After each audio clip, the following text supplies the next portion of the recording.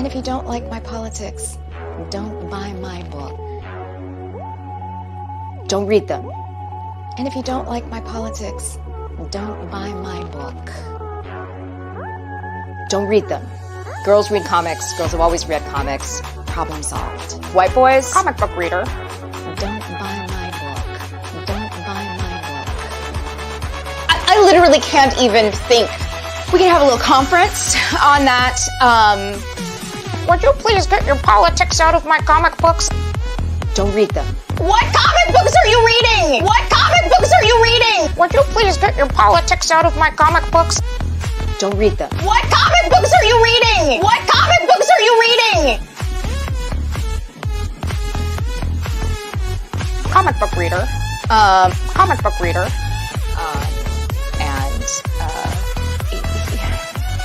May I curse? White boys, don't read them. We're very worried about comics right now. Independent comic sales are down. Mainstream comic sales are down. Everything in the mid-list is like way down. You don't make a lot of money that way. There is nothing inherently masculine of heroism. There's nothing inherently masculine heroism. Girls read comics. Girls have always read comics. Problem solved. Magic. Going into the red on singles and not coming out until the trades. Stores are closing. You don't make a lot of money that way. So don't.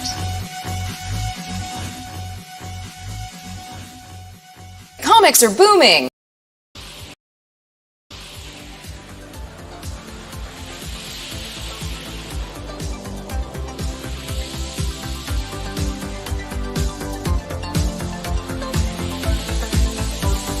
Turn around.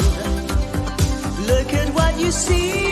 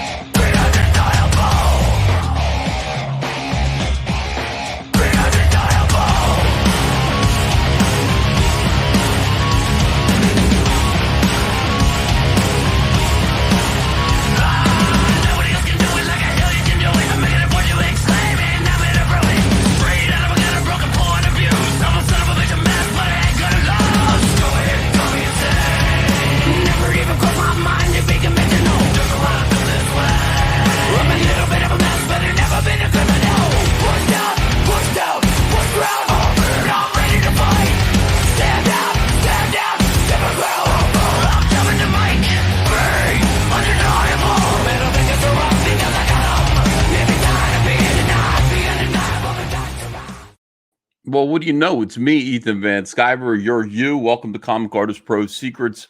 I'm a 28-year veteran of the comic book industry, world's most charming, disarming, elegant, eloquent, and yet humble man.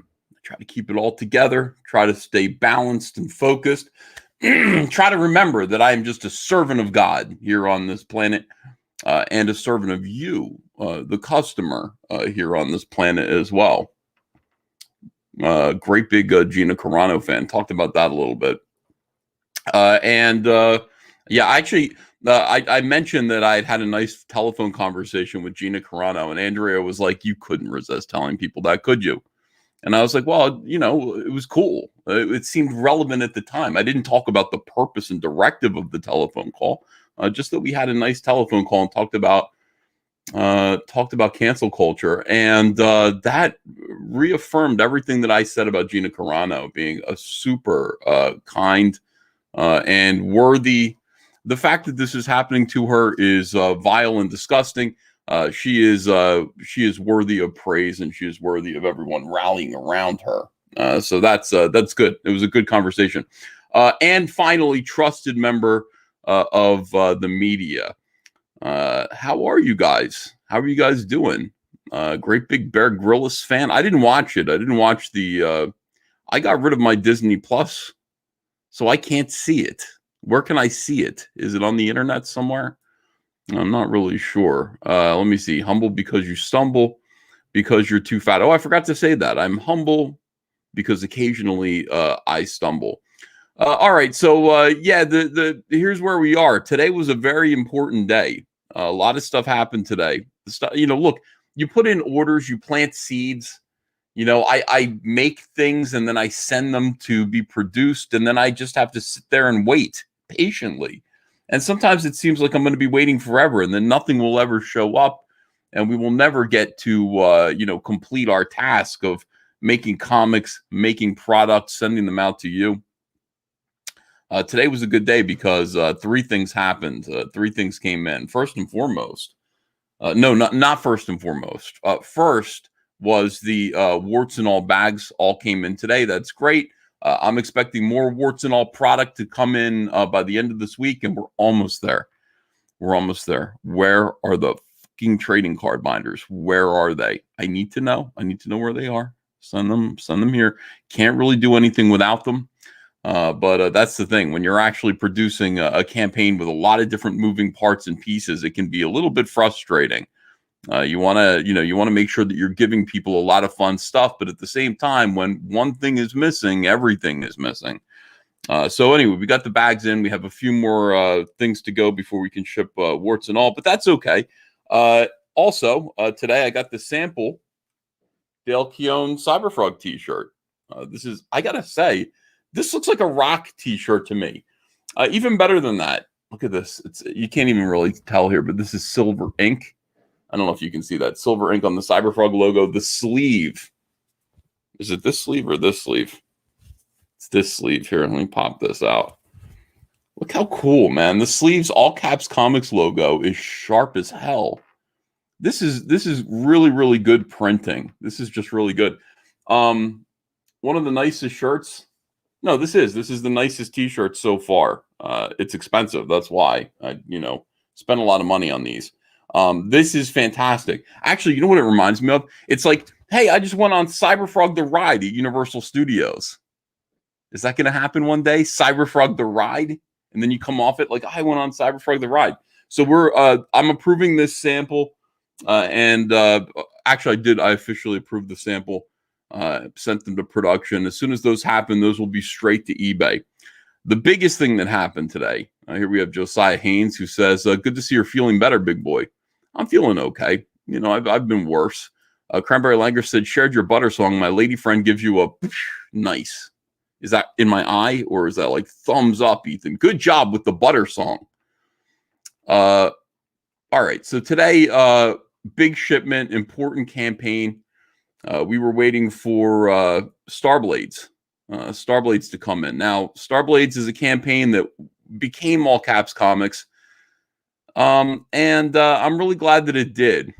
This is an incredible comic by an incredible talent who is already part of the family.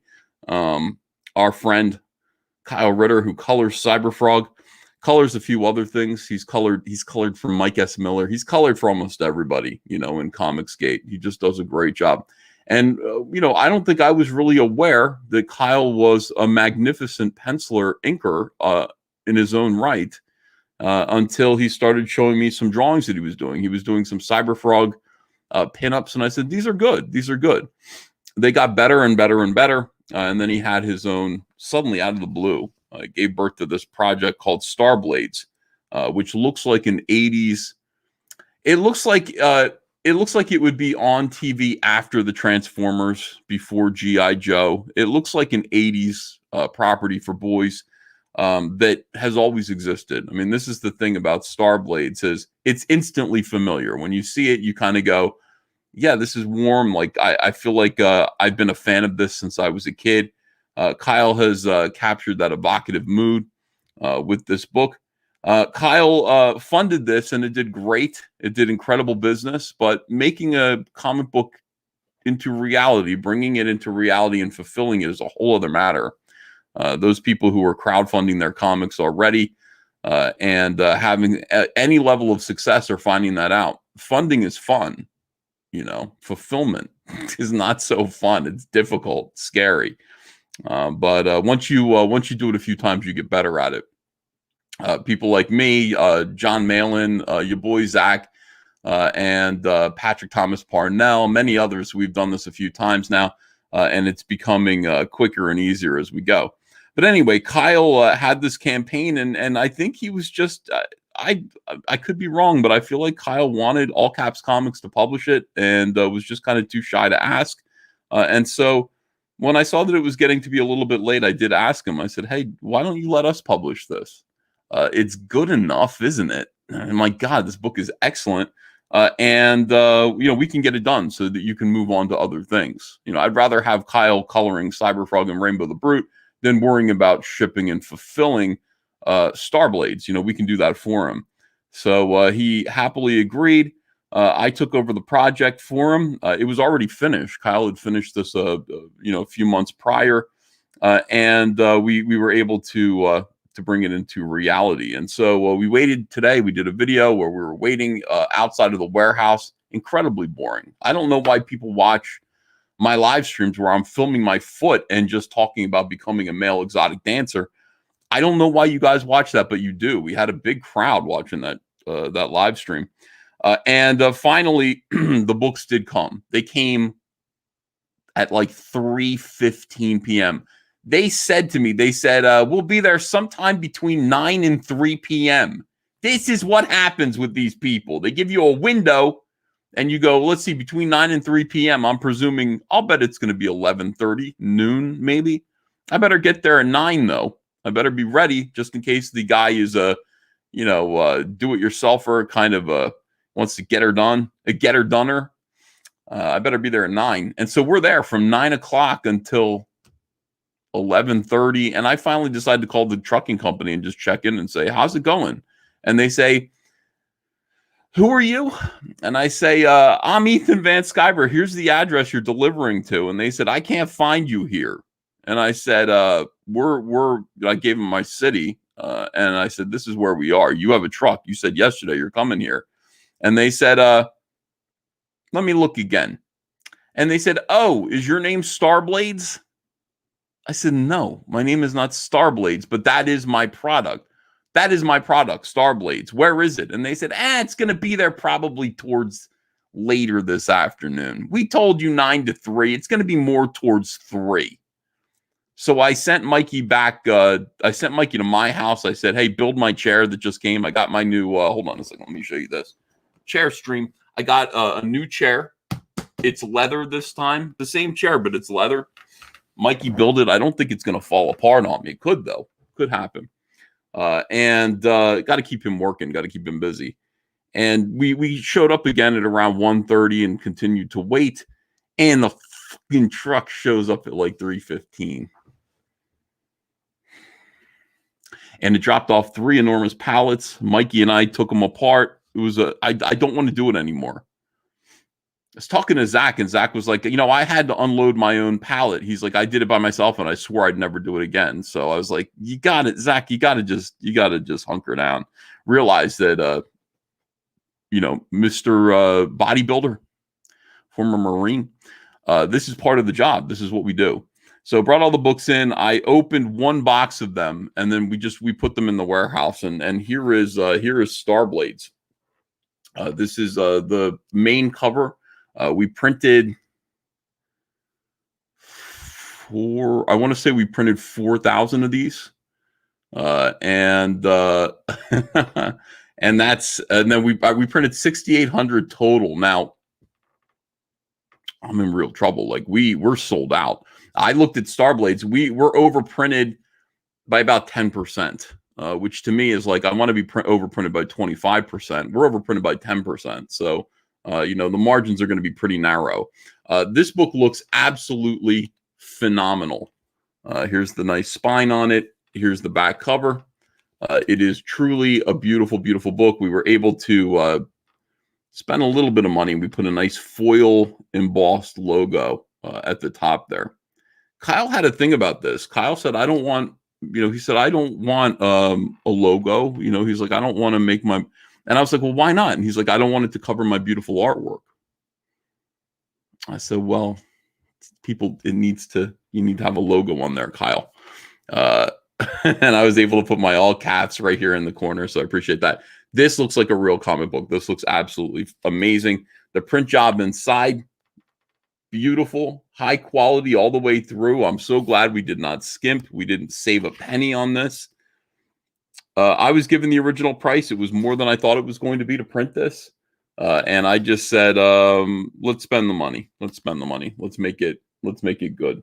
Glad that we did. So Starblades, tomorrow, we're going to begin bagging and boarding. Now I have to decide if I'm going to continue to just hold this up like like it's The Price is Right. But I have to decide if we're going to have Kyle come visit us, or if I'm going to ship him. I think there are like 750 signed copies of Starblades. Those boxes are effing heavy. They are heavy. Each box has 88 copies in it, and they're heavy. Me and Mikey were sweating it out, moving those crates into the warehouse. So I don't know if I want to ship 8 boxes, roughly 8 boxes to Kyle, and how much would that cost? Because I'd need to do it quickly, so I'd want to FedEx them. Probably cheaper to just buy him a plane ticket. It's his own money. Buy him a plane ticket, fly him up to beautiful, sunny New Jersey, and have him come up and sign. While he's here, I'll make him sign a bunch of Cyberfrog stuff too. Might as well take advantage of that time. And Kyle's family. Kyle is family. He's part of the All Caps Comics. He's a part of Cyberfrog. Let's get him up here. I'd like to meet him anyway. So I think that's probably what we're gonna do. Fly Kyle up here. Just got to figure out when's good for him and what that entails. Kyle, of course, is famously deaf mute, so I don't know what it means for him to travel. But let's get him up here. Let's get him to Jersey. We'll get these signed. Tomorrow, bagging and boarding begins. We're going to bag and board the remainder of these books, other than the 750 that he needs to sign. And then fulfillment should be pretty quick. I hope it's quick. It's only about, let me look real quick here. Let me see what this looks like, this campaign. We're good at this. We're on the ball with this whole thing. We get it done. We're not playing around. Yeah, about 3,500 packages need to go out. So we're looking at 300-400 a day. We can probably get out there. So this should be about 2 weeks. 2 weeks of fulfillment on Starblades, and in the meantime, we can just get warts and all ready. Hopefully, everything will come in during that time period, and we can just roll right into warts and all from Starblades. It'll just be one victory after the next. I love having taken over this campaign. Let me see the comments here. What are the comments saying? I can't wait to read it when somebody sells me their copy. Dang it, why did I wait so long to back? Why are we accepting comments from people who didn't back the campaign? Why are we? I got to reset that so that we can't just have any old people just writing whatever they want. What do you mean? Stoked, can't wait to read it. So exciting. I know Kyle's book is going to be amazing. Thanks for helping fold and saddle stitch Ethan. There should be a comma there. Nobody folded or saddle stitched me personally. Gary Hughes says, excellent, can't wait to read it. How long do the backers of the tiers that include an autograph have to wait to get their perks, since Kyle has to be flown into New Jersey when it is convenient for him to sign roughly 1,000 books? It's actually 7. Hold on a second. Let me see. Can I see it here or no? I have to go to view campaign. I'm pretty sure it's more like 700. How long do they have to wait? I don't know. Whenever Kyle can get up here. Signing 750 books is, it's a lot, but it's one day. I will make him buckle down. He might stay the night here. I might just ship him out, pick him up in the morning, 6 a.m., put him to work, and then put him back on a plane at 6 p.m. Go home. Get it all done in one day, not even a night. Kyle be like, I thought we were going to party. I thought we were going to hang out. No, you're going back to work on Cyberfrog. Go home.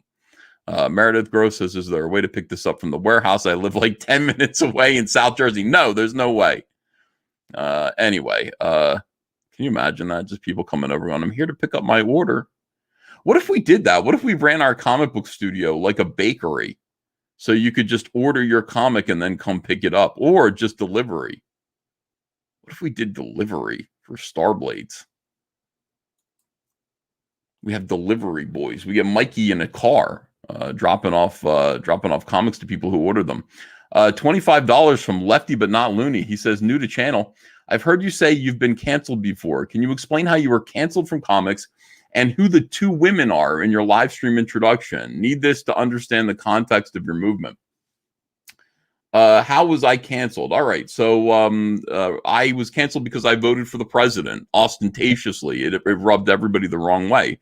Before that, I was, rather loud and open about my Republican views. And that rubbed people the wrong way, too. But people just had to deal with it. It was no big deal when Obama was president for anyone in comics to be Republican because we didn't have any power. So who cares? Ha ha ha, weirdo. These 8 years belong to Obama and the Democrats. But when Trump was elected, I had a MAGA hat, and I took a picture of myself wearing the MAGA hat the night of the election after we knew he won, with a grin on my face. It was like this, yes, or something like that. I can't remember what it was. Seemed normal to me. Seemed like a normal thing to do, but it drove everyone crazy. People who I thought were my friends walked away from me, were cursing me. And I was hate mobbed for the first time in my career. I didn't know what that was like. Now I'm hate mobbed every day. It's wonderful. But at the time, I didn't understand what it was. And I'm used to being loved. I'm the guy who draws Green Lantern. I don't understand. Why is this happening? Basically, over the course of a year, SJWs in the comic book industry mobilized to get me removed from DC Comics. I had an exclusive contract there. But what they did was they got every writer to agree not to work with me ever again because they started to tell everyone that I was a white supremacist. This was at the time where Richard Spencer was all over the news. Anybody who voted for Trump was probably a white supremacist. And who wants to work with a white supremacist? So I was, I had all kinds of trouble. Then they started writing articles about me. And at the same time that all this was happening, I discovered Comicsgate. I was watching all these videos about what was going wrong in comics. All this stuff was happening simultaneously. And before too long, DC Comics let me know. They said, hey, we're not going to renew your contract. Never fired. That's not how it works because you don't work for anybody. You're a contract agent. But what they can say is, we're just not going to give you any more work. We're not going to renew your contract. We're not going to give you any work. So that was shocking. And then at the same time, see, that's bad enough. But at the same time, your reputation is being destroyed because there are people who are actively out there all over the internet who spend all day long, every single day on Twitter, on social media, spreading rumors that you are a racist, you're a bigot, you're a white supremacist, that your entire goal in life is to harass, which is one of their words, women and trans people. And they use language very effectively to destroy your life. Hey, who wants to be around somebody who harasses women and trans? I don't harass women except for my wife. I don't know any trans people. I didn't know any trans people. He's racist. I asked a black guy in comics, in indie comics, who was going around calling me a white supremacist. I said, let's have a conversation. Why don't you come on my show? I'm going to show you I am not racist. I'm not a white supremacist. That guy used that opportunity to claim that I was harassing him because I'm a racist. So there are all kinds of little traps that they put you in order to destroy you. And they're very, very, very good at it. And I made every possible mistake. I apologized. I thought I was dealing with sensible people. My apologies were proof of my guilt. And they did a great job on me. People watching me hopefully learned from my cancellation because I did everything wrong. And now, fortunately, I'm able to educate people. Who are the women in the live stream? Well, there's one woman in the live stream currently. Her name is Kelly Sudaconic. And the reason why she's in the live stream, or the reason why she's in that video, is because it's very instructive. It's something personal. I don't like Kelly Sudaconic. That's not the issue. The issue is that in that video, you're seeing distilled into just a few minutes what the attitudinal problems of the comic book industry are and why we are where we are, why Comicsgate exists. An arrogant attitude from comic book professionals who are meant to be creating a product that other people can rely on. This industry is, it's an ecosystem. Comic book professionals are hired by comic book companies. Comic book companies then use distributors to distribute product to stores. Comic book stores, 2,000 of them in the United States of America, are dependent on us to create product that is sellable. They order 3 months in advance. The system is completely stacked against them. It is non-returnable product. And therefore, it's important that we create stuff that's commercially viable for these stores. When you have comic book professionals who are essentially celebrities in the comic book field, they certainly do feel like they're celebrities. We certainly, I'm going to say we certainly did feel like we were celebrities. Mistreating fans, telling them to go F themselves, saying that I'm going to be using the comic books that you're reading, comic books that you were have been reading for some time, to espouse my own bizarre, peculiar, radical politics. And if you don't like it, I'm going to call you a bigot. And also tell you don't buy them. So you don't like what I have to say, don't buy the comic books that you've been buying your whole life. Tough. I don't know. It's magic. It's magic. If you don't like what we're saying, don't buy comics. It's infuriating for a bunch of different reasons. It's infuriating because as fans and customers, people should be expecting better service and better treatment than that. It's infuriating because there's a whole, like I said, ecosystem of retailers who are dependent on comic book professionals to be a little bit less self-involved and to be thinking a little bit more about creating a widget, a product, a comic book, a story that is going to sell. So it's funny to see her say that, display complete contempt for the consumer, which is what you see there, where she's just like, comic book readers, magic, don't buy my shit. And then to see another clip of her saying, look, sales are down. We're worried about comics, everything. It's almost as though those two things are connected. And that is why Comicsgate exists. Comicsgate exists because political radicals invaded the comic book industry and made it inhospitable for anyone who was not willing to automatically look at everybody working in comics and outside of comics and immediately progressively stack them, disadvantage some and advantage others based on immutable characteristics. And those people who were not willing to fall in line or at least keep their mouth shut were rapidly dismissed from comics while the comic book industry collapsed. 1 second. In the meantime, there's a voracious hunger for comics. You're seeing Japan. This is what I was yelling at this morning. Manga comic books are selling hundreds of thousands, if not millions of copies. People do want to read comic books, but they want stories. They want escapism. They want to see, they want to believe in characters and escape into a world. SJWs, radical activists within the comic book industry who are currently using their power in the comic book industry in order to pretend that they're advantaging and giving opportunities to women, people of color, and trans, who are secretly just ushering in other radical activists to further ruin the comic book industry in order to create social change and political advantage, are not interested in that. They do not create realistic characters that people can buy into and believe in.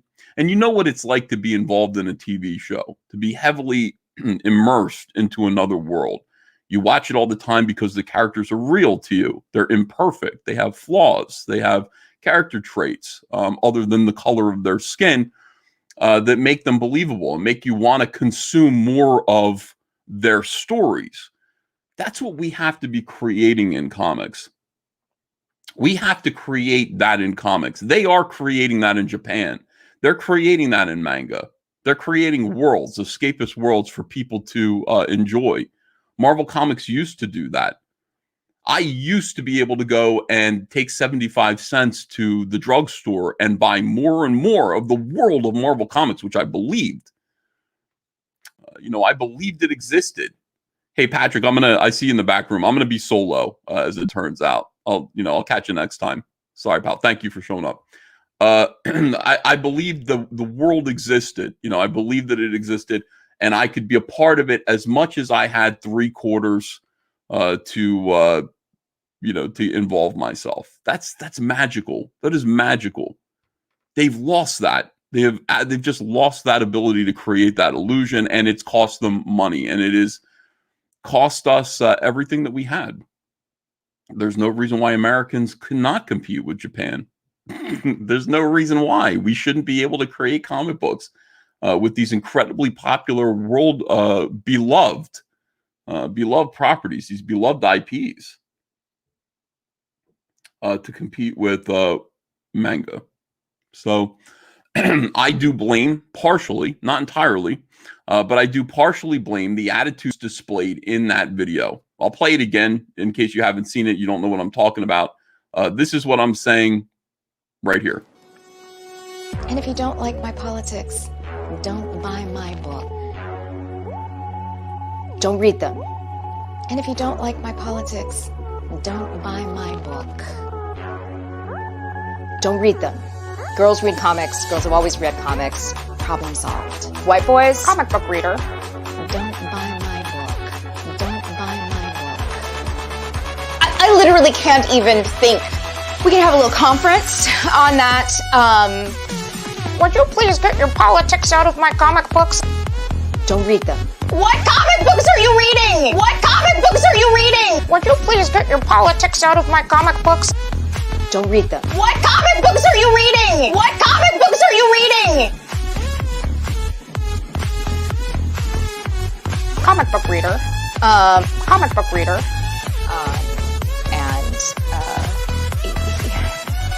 May I curse? White boys, don't read them. We're very worried about comics right now. Independent comic sales are down. Mainstream comic sales are down. Everything in the mid-list is way down. You don't make a lot of money that way. There is nothing inherently masculine of heroism. There's nothing inherently masculine heroism. Girls read comics. Girls have always read comics. Problem solved. Magic. Going into the red on singles and not coming out until the trades. Stores are closing. You don't make a lot of money that way. So, don't. Comics are booming. So, compare that to Stan Lee. And that's what I would say. I would say compare that to Walt Disney. Those are my two idols for where I want to go with all caps comics. I'm just one guy, but so are they. They're just one guy. Compare that performance, that dislike, that contempt for the audience with Stan Lee. And Stan Lee loved you. You really felt like Stan Lee was your friend, didn't you? I mean, the way that he communicated with his customers, and they were customers. Got to stop calling them fans. When we put them in fans, we put them in this kind of obsequious, fan stands for fanatic, which is already putting somebody in a questionable position. But they're customers. These are people who spend money or have money to spend on our product. And therefore, they are deserving of incredible respect. We don't go white boys. We don't say, don't buy my product. We say, please buy my product. Please buy my product. I worked hard on it. I think you're going to enjoy it. Let me know what you think. And if you don't like it, there's something you don't like about it, I'm all ears. I want to know. You want more of it? I'm going to make more of it. I'm in this to make money. I'm going to let people in here. Patrick Thomas, if you're still watching, come on back in. I'm going to let Shane in here. Hi, Shane. How are you? Changed my mind. I feel like talking to you guys. Wait, were you keeping us out? Patrick came in here. I was about to go on a whole rant and a tirade. I can leave. And then no. I watched the chat. This is part of what I'm saying. I watched the chat, and the chat said, hey, what did Patrick Thomas Parnell do? And the answer is nothing. He did nothing wrong. So he deserves to come in here. And so do you. It's great to see you, Shane. Well, you put up the link. I wasn't going to come in because I noticed you were on a rant. I was like, well, why is he on a rant, but he's putting out the link? I was like, Yeah, I know. Well, it was a really good super chat question. I like being able to just talk about what Comicsgate is. there's so many there's such an effort by these same people to mislead people about what Comicsgate is, what it's for, and what it means. Your boy Zach recently said Comicsgate shouldn't even be a thing right now. Should have been over in 2018. It's like, oh, there's a problem with customer service. Comics are suffering because of it. Let's fix it. But it persists. It persists because people haven't learned their lesson, because they're not trying to learn a lesson. They're trying to destroy comics. It's as simple as that. I saw you were talking a little bit about that manga list. That is crazy. Just the fact that we can't even touch a list anymore in the mainstream, or Marvel and DC can't touch the list. I mean, we're nowhere near it, and I don't know why. Well, people are asking, hold on, real quick. People are saying, who's the other woman? Gail. Gail was in the video, but Gail was distracting from the central thesis. Gail's whole thing was she had that yay thing that she was doing, which was kind of, but it was kind. Gail actually seems to like her fans, even though she talks to them like they're kids, like she's a kindergarten teacher. That's interesting. There's a part of the comic book industry that does that, but that's not the main focus of what Comicsgate is about. Comicsgate is about a certain element of contempt for the audience. So we wanted to refocus that. And now the video, that little short video, boomerangs around from like contempt to the audience to end result, which is comic sales are down for some reason. Why is that? It's perfect. It's artwork. We didn't recognize one of the characters or one of the names of the books that were on that list. It was named Chainsaw Man, and we Googled it. And it's like some dude with a chainsaw for a head and 2 arms and blood splattering. I'm like, that used to be Wolverine. I used to be able to buy that. In the guy 90s. has a chainsaw for a head? He has a chainsaw. Yeah. People's hearts are being ripped out and stuff. Yeah, she's saying people's hearts are being ripped out and stuff. I was like, I used to be able to buy that in Marvel Comics when Mark Silvestri was on Wolverine. Spikes coming out of him and everything. And today it's just like, Wolverine's talking about his sexuality and illegitimate children maybe and whatever, and page spreads of him just talking. I mean, it used to be a character that you could, blow up, slash up, whatever, guts coming out. He quickly heals and right back into action.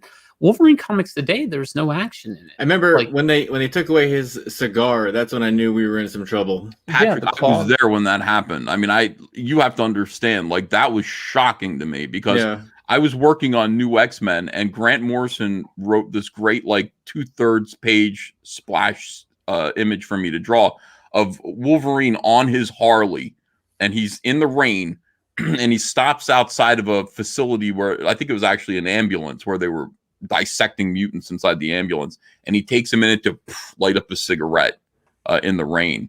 And I drew it, and Joe Quesada called me and said, change that shit. We don't want to promote smoking. I was like, he's about to go in there and kill everybody in that ambulance. Are we promoting that? Maybe Wolverine's behavior in general isn't something that we necessarily want to promote, nor do we want to tell people that everything that we're depicting is something that we're recommending that kids do.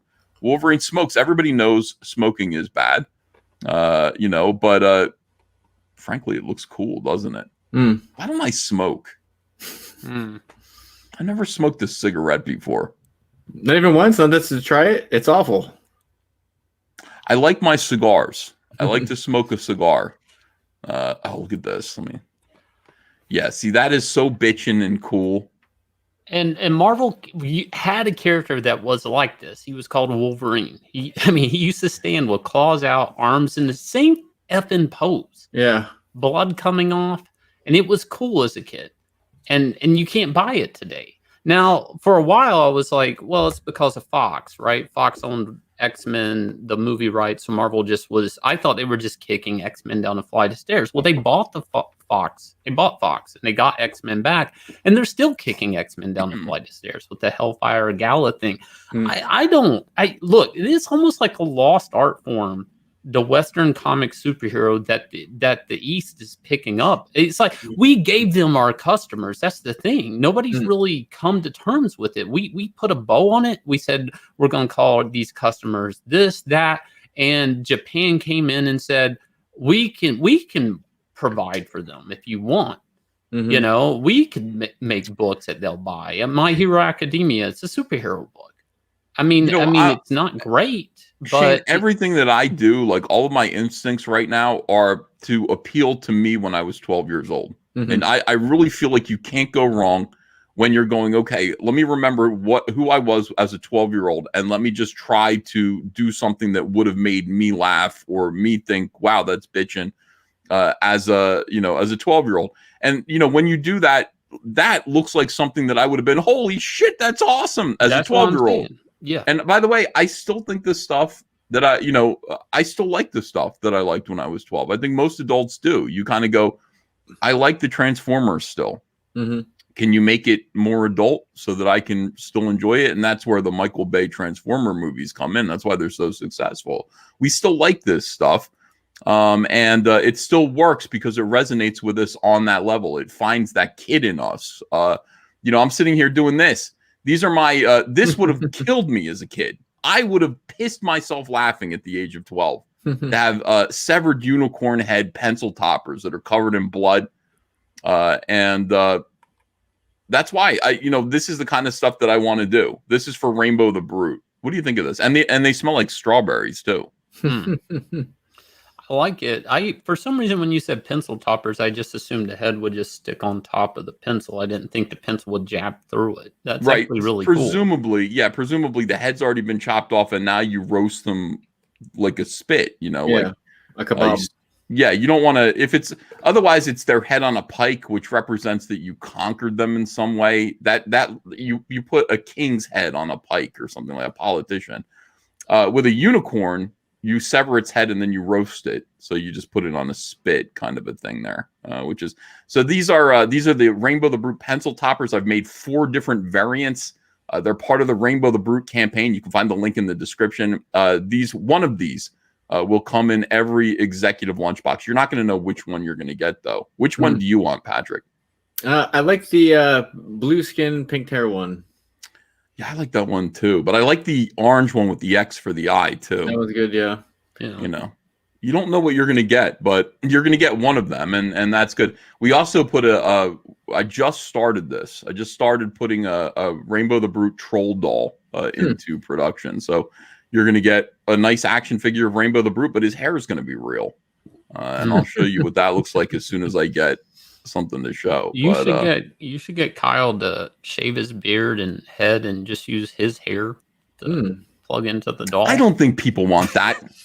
I don't think people want Kyle's body hair on a Rainbow the Brute doll. Well, do you? I mean, it'd become like a voodoo doll. Yeah. 2 for 1. I mean, he'll all of a sudden be coloring Cyberfrog and start levitating around the room. I mean, there'll be laughs. people are shocked at your behavior. Ew, Shane, says Chimera. But you never know. His ball hair, says Mortal B, nut hair. Ew. That's what people would be thinking, though. People would be going, that's his pubic hair. I don't want to do this with it and then like mess it all up. See, that's what you do with the troll doll. You go like this and like wiggle them around and their hair goes. And if those were like Kyle's pubes and one flew out and got in your mouth, yeah, it wouldn't. I just don't think it would be good. You know, I just don't think that this is what we should be doing. But it's gonna be his beard. No, his hair. I think his beard will be plastic and molded on. I mean, okay. I don't know how expensive this is going to be. Yeah. The thing about this is that, you know, when you put small numbers of things like this into production, they're very expensive. Mm-hmm. Like each frog tongue grabber was a little more than $1 to produce, and you're like, well, holy shit! Like those belong in gumball machines. You know, you should be able to put 50 cents into a machine and get one of those. That was what they were designed to be. Yeah. But obviously, they cost way too much for that. So that's only because I made a limited number of them. If I had made 1 million of them, they probably would have been a nickel to produce. But when you're making these horse heads, these unicorn heads, I'm probably going to make 10,000 of them. I might make 20. I might make 20,000 of them. They're going to be expensive. A Rainbow the Brute troll doll, which would probably cost 50 cents to make, if you made 1 million of them, will probably cost something like $2 or $3 to produce, which ends up being very expensive when you're making 10,000 of them. Extrapolate that out. You go, that's where this money's going. Ethan's making all this money. Where's it going? It's going to me making shit for you, like dumb shit. You're giving me money and I'm spending it making dumb shit. Martin says, Ethan, is Shane aware that you met Barnaby? A lot of people were talking about that today. I filmed outside of my warehouse. Zach was completely skeeved out about this. I got a message from Zach that said the fact that you have cats outside of your warehouse skeeves me out. Like, he's like, that disgusts me. And I was like, what do you want me to do about it? Like, Zach's got all these issues like that. I'm like, what am I going to do? Eliminate the cats? Well, the cats are good to chase away the mice and stuff. Yeah. Well, I mean, if I have mice, I feel like that's a bigger problem. Like, cats cannot chew into my boxes and break things and, all that stuff. Like, mice will burrow and nest into your warehouse. I don't have any mice, so I'm not really worried about, I don't need cats.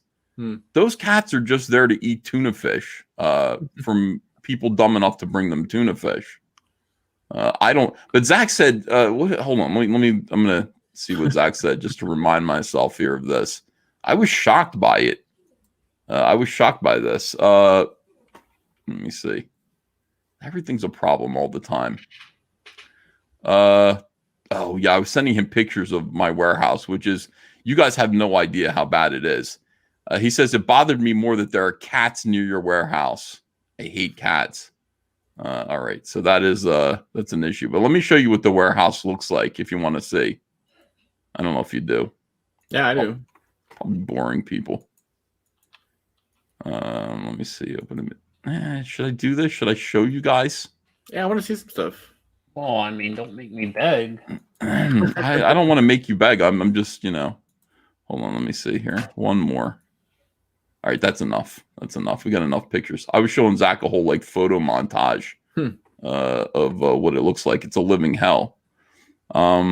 Share screen, share audio in case I want to play the Starlight Cats video. Here we go. So this is the hallway. Now you can remember the I remember that room was much emptier. That room and that hallway the last time I saw it. Yeah, these are all right. So these might be salamandroids here. These are salamandroids on this wall. In here, these are executive edition warts and alls. These are also executive edition warts and all. Here is more. These are oh my god, these are salamandroids. These are warts and all compendiums. And then right here, yeah, this is one of the rooms. This room was meant. We were going to use this room as an assembly room. There was a table here, and we were like, we fantasized that there would be people putting together packages here, and I don't know. It might end up being that again, but it certainly isn't that right now. Right now, it is warts and all executive edition. 275 of these cartons that weigh like what do these weigh? There's something like 38 pounds or something like that. Lugging these around all day long. Craziness. So our warehouse is jacked. It's full of stuff. And that's what it is. I think that's what success looks like. It's success by an incompetent person, I think is what that depicts. Like, what if somebody who was stupid was really successful? They say God loves the stupid. I don't know if that's true. Like, he favors the stupid. They kind of get through life. I'm not saying that happened to you. I mean, you're smart. I think you're a smart guy, Ethan. Well, I mean,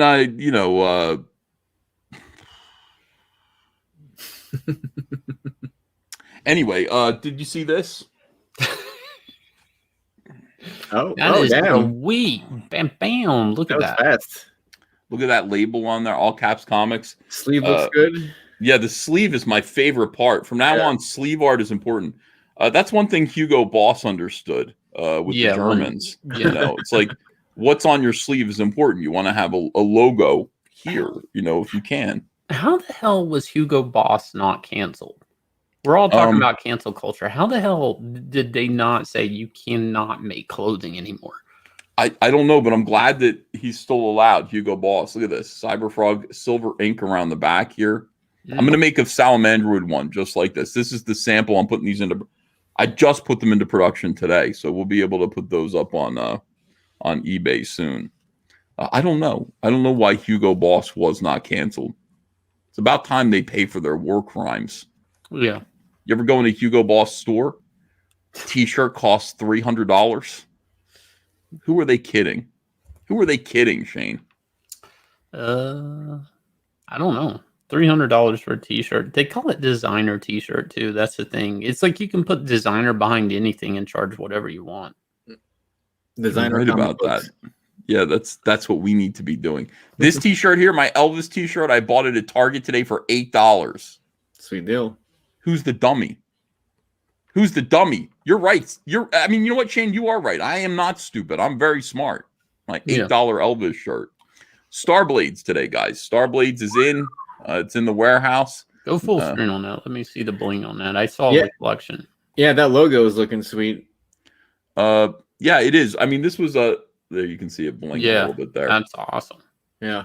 And it's raised. You go, oh, look, I feel it. It's like one of those Hallmark greeting cards from the 70s. Be careful. Don't cut your finger. It is sharp. Yeah. It is sharp. Star Blades, you say. Great artwork from Kyle. All of the back covers look like this. I completely did not order enough of this. Like, you know, if this were Cyberfrog, I would have ordered an additional like 50%, but 10% overprinting, not good. This is sold out. The book is sold out. Thank God I closed it down today. You know, I just left it open for a while. I said, Kyle, I really need to close this down. He's like, go ahead. Closed it down. I counted everything up and I went, oh shit, like we're just gonna make it. So Starblades, we're gonna begin fulfillment this week. The book looks good. Here's the black and white stuff in the back. Those of you who like line art stuff, the back is full of it. Look at this exquisite artwork from the great Kyle Ritter. Yeah, and you know, with this book, like everything looks so epic. It is epic. Every scene looks, so important. This is, I mean, this is absolutely not a lot of diversity here. Seems to be mostly white people. Well, there's a blue guy. Yeah, but he's white though. So that's a feature. That's something you might be interested in. Or wait, what is this guy here? Is he like Pakistani or something? Maybe we're gonna say yes, he is. Mm-hmm. This guy is I don't know. He's an Arab of some kind. Starblades on its way to you this week. And boy, is it good in every single way, Shane. You won't regret having backed it if you backed it, which I presume that you probably didn't. I'm not allowed to be logged in, so I don't know everything I back. I say, Yanzi, back this, and hopefully it gets backed. I'm pretty sure I backed Starblade, so. I hope so. I did. I backed it, and I'm gonna have to probably my copies. I'm gonna have to fulfill to other people. That's how rare it is. Mr. Sophocles says this money is explicitly for you to shake Barnaby's hand in front of Shane. Make it so. So there's a cat that looks like Barnaby that lives behind my warehouse, and this animal was giving me a dirty look on camera. And you think like, oh, he's making that up. No, the cat was giving me a dirty look, like an evil, filthy look. For a long time, I couldn't believe it. I was like shocked at, Shane. All right, hold on a second, because you're sitting there going, again, Ethan's full of shit. He's making this up. Animals, they can smell contempt. Fear. I mean, they smell pheromones, and they work off of pheromones and body language, different things. They don't have a spoken language. So, well, interpret this for me, Shane. What are you doing? Don't look at me like that. I wonder why. Don't look at me like that. This cat is going to jump right through the cage and rip my face off. That's Barnaby there. Look at him looking at me like he hates me. And then he walks away a little bit. Now watch. Why do you hate me? Oh. He's like, you still have a problem? Excuse me. Yeah, that cat don't like you. It's clear that like the eyes are evil. You guys are probably just having like a rough spot. I'm sure you'll work through it. Little fancy. I don't have anything to do with this cat. This is not my cat. This is a feral stray cat. But I mean, that was evil. Like it walked a few steps and looked back at me like, what? You know what? You explain yourself. These are your animals. These are your people. Now, I do not stand up for cats. I don't know what that cat's talking about. I'm not feeding that cat tuna. You don't want to come over and say brrr and purr and rub up against me. You want to look at me like that? You want to give me the stink eye? Yeah. Stink eye. Damien. That was kitty kind cat of Damien. He had a Jersey attitude. That's for sure. That was a Jersey attitude coming on. Yeah, like what are you looking at? Yeah. Good looking? Yeah. You looking? You want to talk a little more? You want to run your mouth? Trencher 1375. Cat smiles by narrowing their eyes. It liked you. I don't know about that. I don't think that holds up in court when he's dead. I don't think that'll work. No. So, what was your rant on the comic book industry? I mean, I feel like I interrupted something you were trying to. I was saying everything is going so good, and then I was about to do a little dance of joy. I was about to pirouette. You ever do a pirouette? No.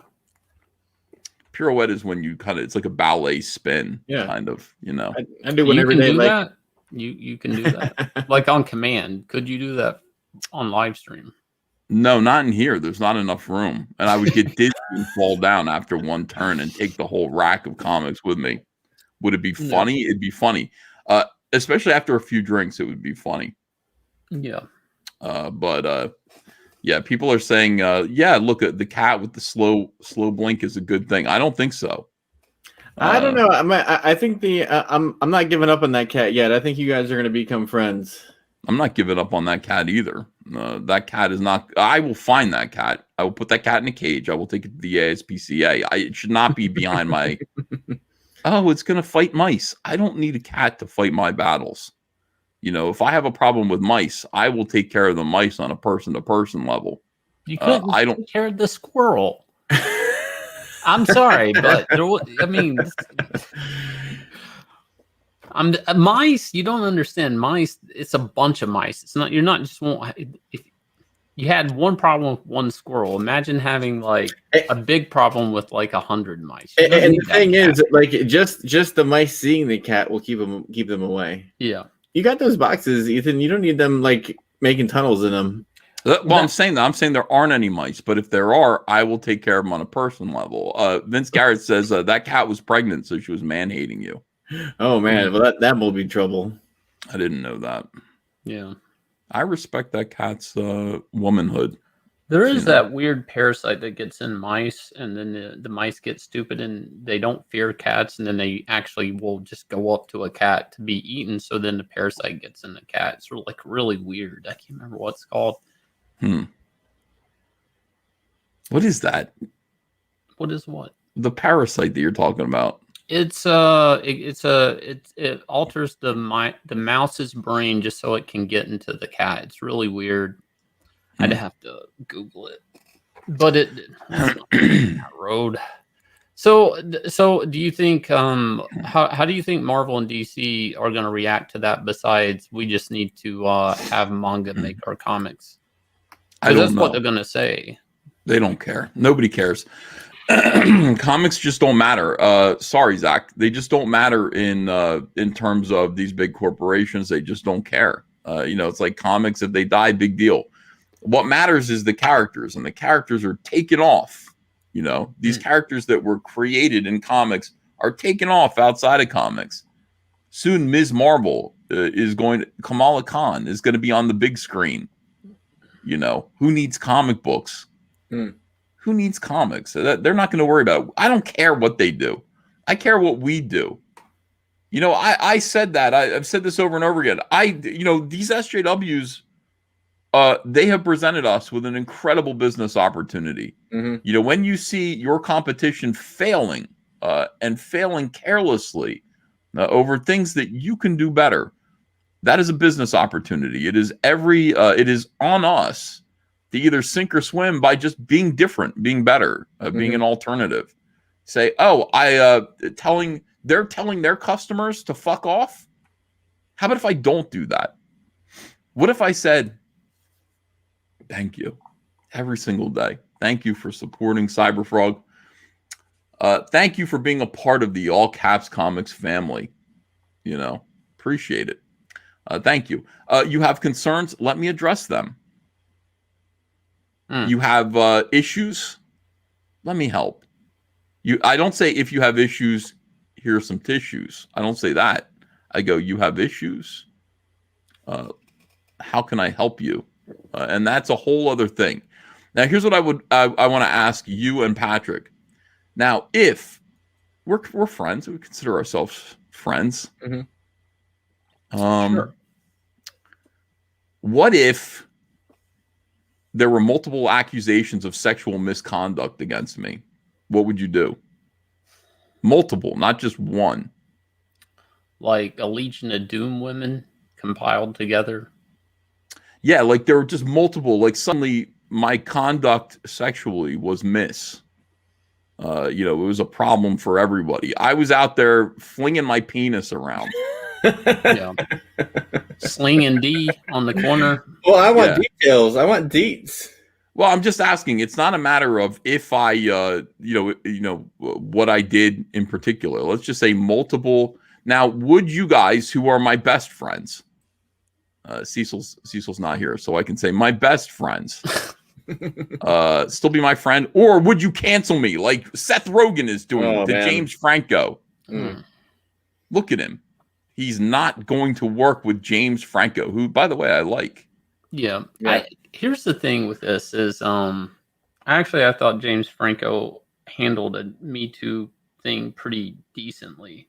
Like when he got hit with one and everybody left him alone. But Seth Rogen is such a piece of crap. Like, I don't like him. I don't know why everybody likes him. There's a good Family Guy skit where they make fun of him. Like he's kind of like a beaver and it's him making fun of himself, not being funny. You know, what's weird about this is he's pushing his friend into a bus and getting virtue signals all at the same time. It's like... gotta admire that. You've got to admire that. If I could push Mike S. Miller into a bus or under a bus, not into one, that would be like, hey, see you later. Have a good trip. You don't push someone into a bus. You know, that's... Push them under a bus, yeah. Under a bus is bad, you know. If I could do that while receiving virtue signal points, that would be fantastic, and destroy his life, I guess I would. It just makes sense to do that. That would just be a good business maneuver. Yeah. But I wouldn't do it to you. You know, I wouldn't do it to you. It's so hard to tell, like, what these guys actually believe. You know, it's like, are they just trying to appease people so they have the next job? You know, very similar to stuff that happens over here in the comic book biz. You know, are they just bending a knee just to shut people up and kind of move on to the next thing? Because I think I saw that Seth Rogen and James Franco were still producers on a show together. Currently. So I mean, it's like, he's saying one thing, he's doing another, but you know, there's a lot of floundering that goes about, like, when this stuff comes up, and I don't think some of these guys know what to do exactly. They just want to go away. Well, let me read this and let's find out what goes on with this situation. Seth Rogen has recently revealed that he has no plans to work with fellow actor James Franco. Again, I like James Franco. I do. What did I see with him recently? I've been watching something with James Franco. I don't know. I feel like I watch a lot of things with James Franco. Rogan's might be mixing it up. He has a younger brother that does acting too. I don't know if you're mixing the brothers up. No, it's James Franco, and he's playing. What is it that I liked? People in the chat are going to let me know what. The movie about the room disaster artist was great. Yeah. But no, it's something more recent than that. And I feel like it's on Netflix or HBO Max or something. and I feel like it takes place in the 1950s or something. No, nobody's the Did he Deuce, play the James- Deuce, The Deuce. the Deuce, the porno thing. That's what I'm watching. Hmm. It's not in the 50s, it's the 70s. Yeah, the Deuce. It's good. He's good in that. What is that on? It's a HBO? HBO show. It's like it ran 3 seasons, and it's about how the porno industry started in New York City in the 70s. You know, it's depressing. It's a lot of hookers, a lot of people on the margins of society, marginalized people, I would say. But it is it's really, really good. I dig it. It's by the same guy. It's by the guy who did The Wire, David Simon. So it's a really good quality show. It's not called The Douche. It's called The Deuce, or The Deuces, or something. The Deuce, I think. Anyway, what I can say is that I despise abuse and harassment. These two things, abuse and harassment, these are SJW buzzwords. And I would never cover or conceal the actions of someone doing it or knowingly put someone in a situation where they were around someone like that, explained Rogan in an interview with The Times. There he is. Boy, he's lost a lot of weight. At least his body has. His head hasn't. Yeah, it's weird.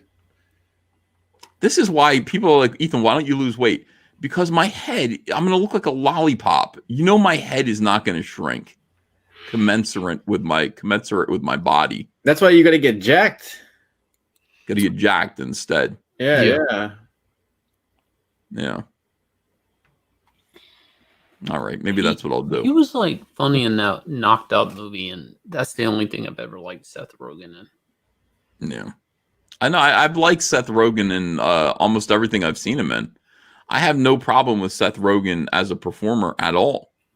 You know, this is just weird. Rogen also took time to take a jab to talk about a jab he took at James Franco when he hosted Saturday Night Live in 2014.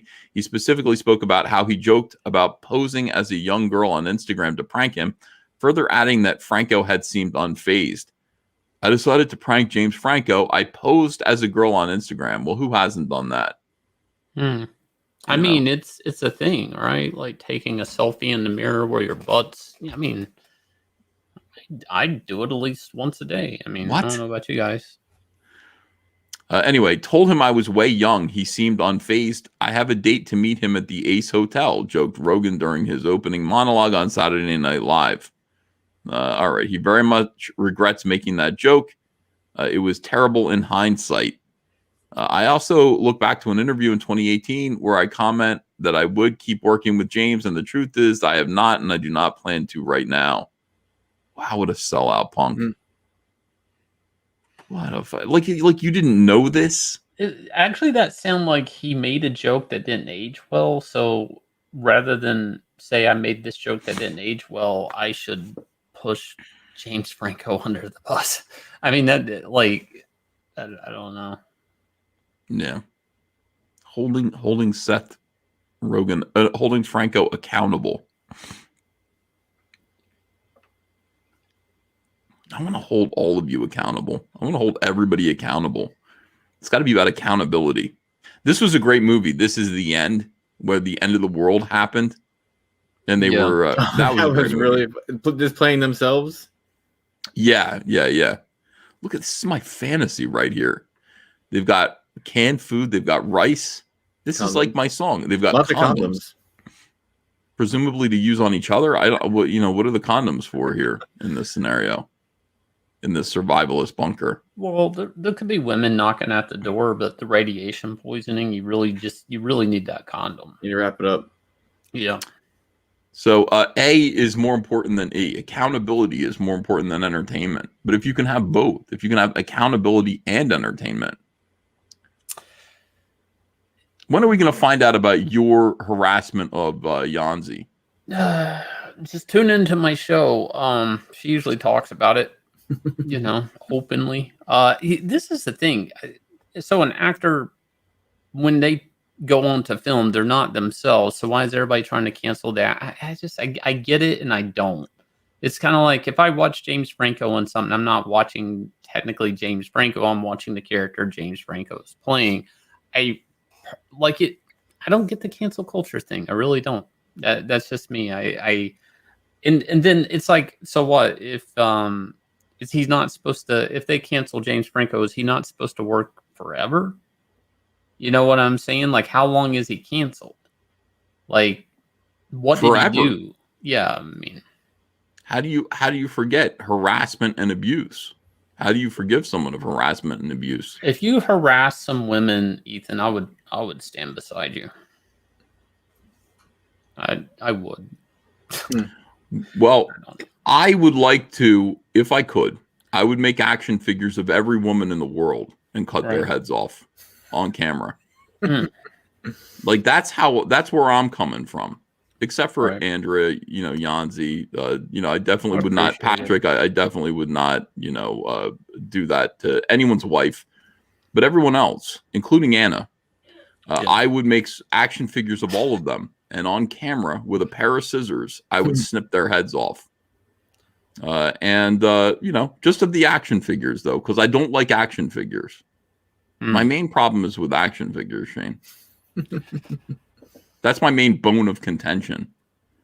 Now, if I did that, would you still be my friend, or would it finally be enough is enough? Enough is enough. I can no longer work with Ethan Van Sciver. He's out there taking action figures of every woman who's ever lived. And I mean, I would go all the way back to I don't know, who would I do that to? Who invented penicillin? I was actually just having this conversation with someone today, and we couldn't remember it. Wait, was it a woman? I feel like it was. That's why the word penis is in it. Oh, Envy. Everything is about penis. They can't get their minds off penises and envying them. Penicillin. I would go back in time. I would make an action figure of Mary Shelley, who feminist brag invented science fiction, and I would cut the actions. Alexander Fleming. I knew a woman didn't do something like that. Well, Yeah, what did a woman Alexander do? Fleming. Well, I don't know. I'm sure made a sandwich. I don't know. Yeah. Hey, someone's saying Jonas Salk. Jonas Salk invented penicillin. Yeah. All right. So my theory. It's going to be interesting to see what happens with these actors that get all like ostracized. Very similar to Gina. I think they're just going to go and do something similar to what we're doing, and they're just going to make an alternative. Here's my issue though. Here's my issue with Seth Rogen. Now, I don't know what this guy's up to. I don't know what James Franco is up to. I think he's a great actor, but it's clear that Seth Rogen is his friend. And James Franco has a ton of friends who he works with all the time.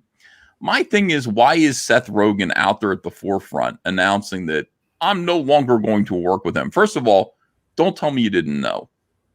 You had to know. Yeah. If people are saying they were underage girls, really? Mm. Okay, that's something I didn't know. You had to know that shit. And in fact, it seems like you did because you made that joke on Saturday Night Live. I would say standing by your friend would mean not saying anything. Just being like, I'm sorry. I'm not going to talk about Shane Davis and his issues with animals. I'm not going to. I like Shane. I'm not saying that you can't have your opinions. I'm just saying I personally am not going to add to the dog pile. To my dog fetish. I appreciate that. Yeah. I wouldn't do it. People are saying that. Yeah, that's right. I wouldn't do it. I would just be like, I'm sorry. I'm not going to participate in this witch hunt against Shane Davis, who brutally crucifies dogs and family pets. And we found them in the woods as part of a satanic ritual that's connected to the son of Sam. And that is connected to Helter Skelter and the Charles Manson murders of the 1970s. Did you see that? Did you see this documentary? No, it's new though, right? Yeah, Netflix has a documentary called Son of Sam's. And people send me messages all the time and they go, this is for you. And I'm always horrified by what they're recommending. It's like, you're going to really like this. Here's a documentary where one fat guy fat white guy, decides that that the answer to the Son of Sam murder case. Hi, I'm David Berkowitz. You caught me. You know, I'm a crazy guy who has been shooting women with a 44 caliber handgun. No, that's not enough. Clearly, this is connected to satanic rituals that have been going on. More than one people. There are more than one shooter. Where have we heard this before? And this whole thing is connected to Charles Manson and Scientology. Could be. I mean, you know, you need a lot of cooks in the kitchen. That's all I'm saying for a good serial killer. Was it that all happened on Long Island, right? I think so. I don't know. Yeah. Isn't that where Cecil lives? I'm saying this. You know, I am saying that you know, that is the rabbit hole. That is a rabbit hole that people go down. And then this guy at the end of this documentary, spoiler alert, he does get a sit down with David Berkowitz, the actual Son of Sam, and it's hilarious because this is how not to interview people. You don't sit the Son of Sam down and go, so were there more than one shooter? And he goes, yep. So were you all meeting at the Satanic Temple, right? I mean, you were meeting at the Satanic Temple with other people and killing animals. Sure. Yeah, absolutely. And were you connected to Charles Manson? Oh, yeah. And this guy's entire life's work was corroborated by David Berkowitz, the Son of Sam. It's now conclusively proven. It's called leading the witness, Shane. It's not. No, I know what it is. Yeah. It doesn't I've seen prove a couple anything. of documentaries that they brought up a possible satanic cult, though. That's not really new news. Yeah, I've heard of that. Overall, but was it good? E? No. Is it worth watching? No. Okay. Well, I mean, it is the factual part is like the first episode is good because I love famous serial killers. I like stories where, oh no, we're trying to catch them. They're doing this a lot on Netflix and other like we're trying to catch the serial. We're on the news. The cops. We have not. Somebody came into the police station and stole all the toilets, so we've got nothing to go on. This is like I like that stuff. I like, and then they finally catch him, and it's like yay, and everybody's all right now. They did that documentary with what's his name, the Night Stalker, and it was great. And so the first episode of this is that, and then it spins off into bullshit. So I would say watch the first episode, and if you want to know some stuff, some bullshit, and if you want to see the Son of Sam now, like what he looked like in, say, not now, but the 90s, he's in there, and he's just going, yeah, So sure. They're like, so did you kill this person? He's like, well, I killed some of them. Some of them I didn't. Well, did you kill this one? Yes. Did you kill this one? No. Did you kill this one? Mm-mm. How about this one? Nah. No. I was there, but I didn't do it. What about this one? Nah. I love that shit. The last documentary I watched on Netflix I liked was the whatever Killing Cats one or whatever it was, where they're tracking down this dude killing cats. Oh, I saw that. Yeah, that was good, man. I like that. That one was actually really good. That was really good. The guy was suffocating kittens on the internet, making videos. That guy was a troll. You know, you're really trolling your audience when you're making videos, suffocating kittens on the internet and posting them and going, catch me if you can. And they basically got together and took certain photos and landmarks and whatever and kind of just figured out where in the world he was through an online community, which is really weird.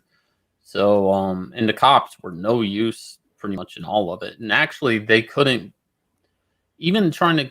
Basically, somebody died. A real person died because the cops would never take them seriously. It was kind of weird. Yeah, they had some Asian kid in Canada.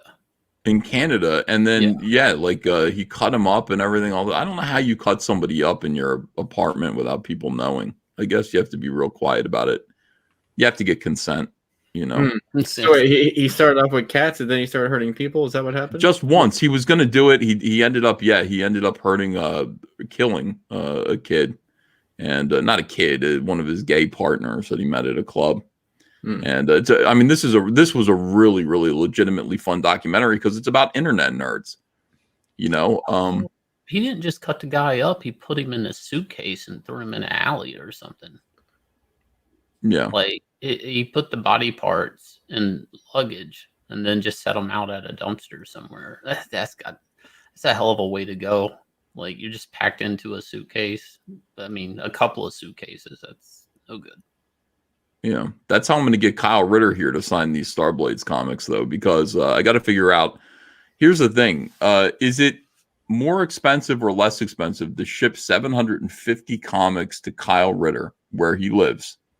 Overnight them so they get there safely and securely, or should I fly him up, or should I just put Kyle in a few boxes and ship him, or ship him home that way? I got to get. You definitely need to bring him to you. I wouldn't ship that stuff because you don't just ship it to him once. You guys ship it then back to you, right? So that's just too much. The books will get beaten up. That's what I'm worried about.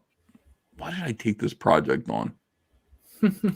It's just a flight. I mean, Kyle can do it, right? I mean, he's not like Mr. T, like he's afraid to fly. You don't have to drug him and tie him to the bottom of a plane or anything. Should I go down and pick him up, drive him up? That's a nice 2-day drive. I can do it if I drink enough Red Bulls. I could probably make that in about 18 hours. New Jersey. He lives in like Winter Park, Orlando, or something like that. I think he lives in Florida, but I'm not sure where. Winter Park is nice. Yeah. Well, I would think because you're South Jersey and like Winter Park, I think it would probably be around like 16 hours, maybe even 17. So you could do it. Yeah, I could probably do it in one sitting. Be sitting there listening to some alt-right podcasts, on the way down. Really make it go fast. Find out what Milo Yiannopoulos is up to. Oh, he's so great. He went heterosexual. That's what I heard. I haven't investigated. Yeah. Good. He decided. For him, I guess. I don't know what you say to that. Like, you say Mazel Tov, I think, because he's Jewish. Yeah. You say Mazel Tov. Welcome to pussy. I don't use that word very much, pussy, except when I'm calling someone a pussy.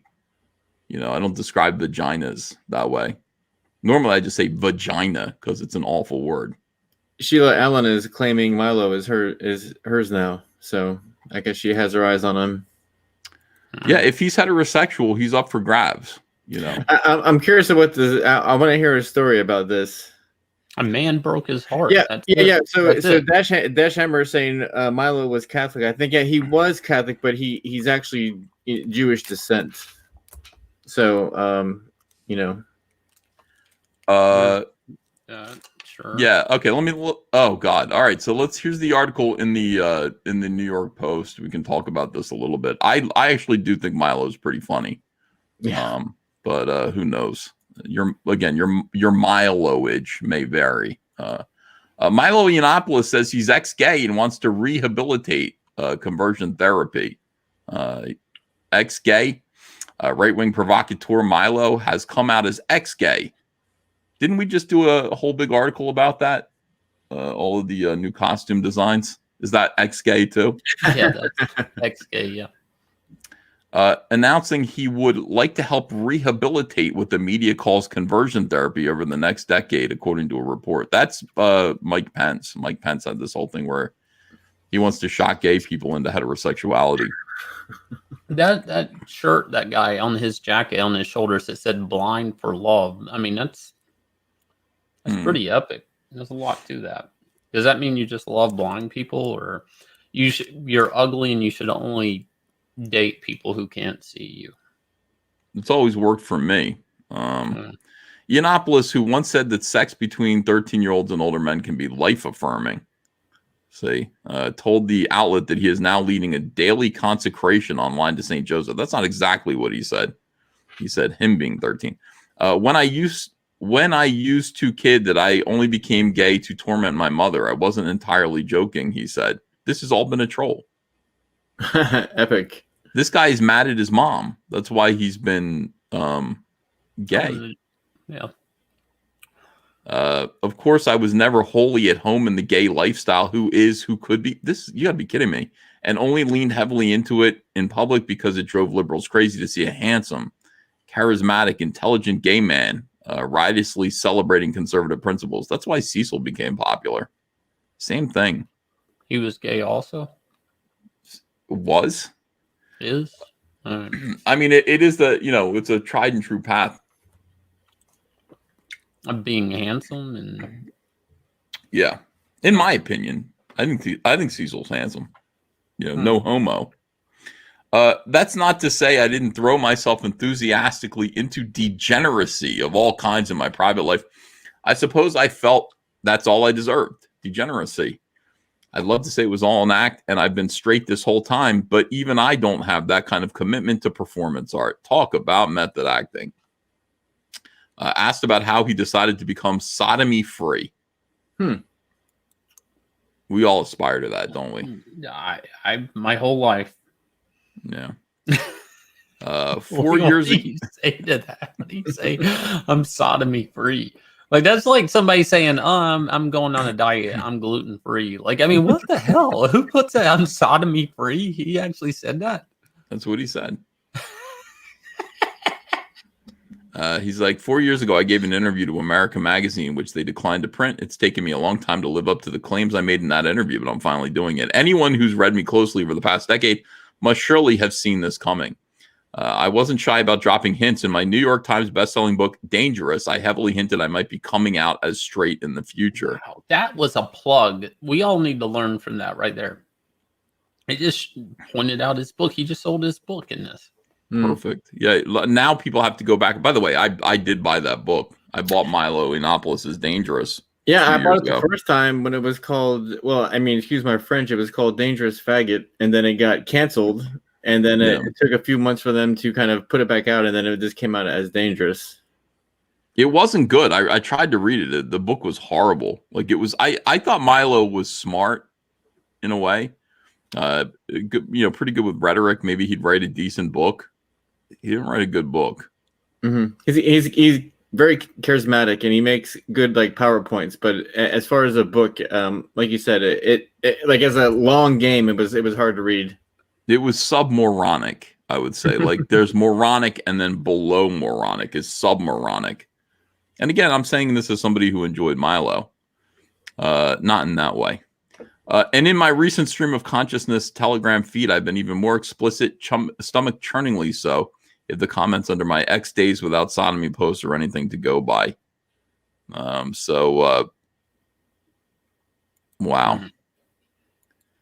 Well, I mean, I don't know. What do you think of this? I don't like. I don't know. Like, I don't know.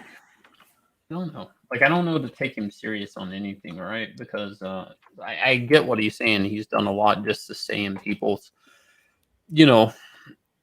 timeline or talk or stir people up. I mean, he's still kicked off Twitter, right? I think so. As for his personal life, Yiannopoulos said of his husband, "The guy I live with has been demoted to housemate," which hasn't been easy for either of us. It helps that I can still just about afford to keep him in Givenchy and a new Porsche every year. Could be worse for him, I guess. Is it Porsche or Porsche? Porsche. Man, Porsche, but people just Porsche. I just automatically say Porsche now, and people go, "No, it's Porsche," and I go, "Fuck you," I don't, that's weird. So was he putting us on this entire time? That's a good question. I mean, he was very good at it. If he was, I mean, I'm curious if he's still going to be like flamboyant, like if he's still just going to be a flamboyant straight guy, or how his demeanor is going to change. How would one do that? How would one be flamboyant straight guy? That's like not. Yeah, I don't know. I mean, his mannerisms. I mean, everything was very. I mean, I hate saying it like that, but it was very gay. you know, and I'm just curious if he's going to change, you know. Are you? Yeah, I guess so. I like him either way. I don't care. I don't care, you know, what he puts in his mouth as long as his heart is in the right place. Hmm. I would say that's a last ditch effort to get attention. You think? Yeah. Milo's broke. You know, he's in all kinds of financial trouble. And from what I checked in on him like a year ago. I was watching what he was doing. Everything was falling apart. To say, just kidding, I'm not really gay, seems like yeah. I mean, look at me.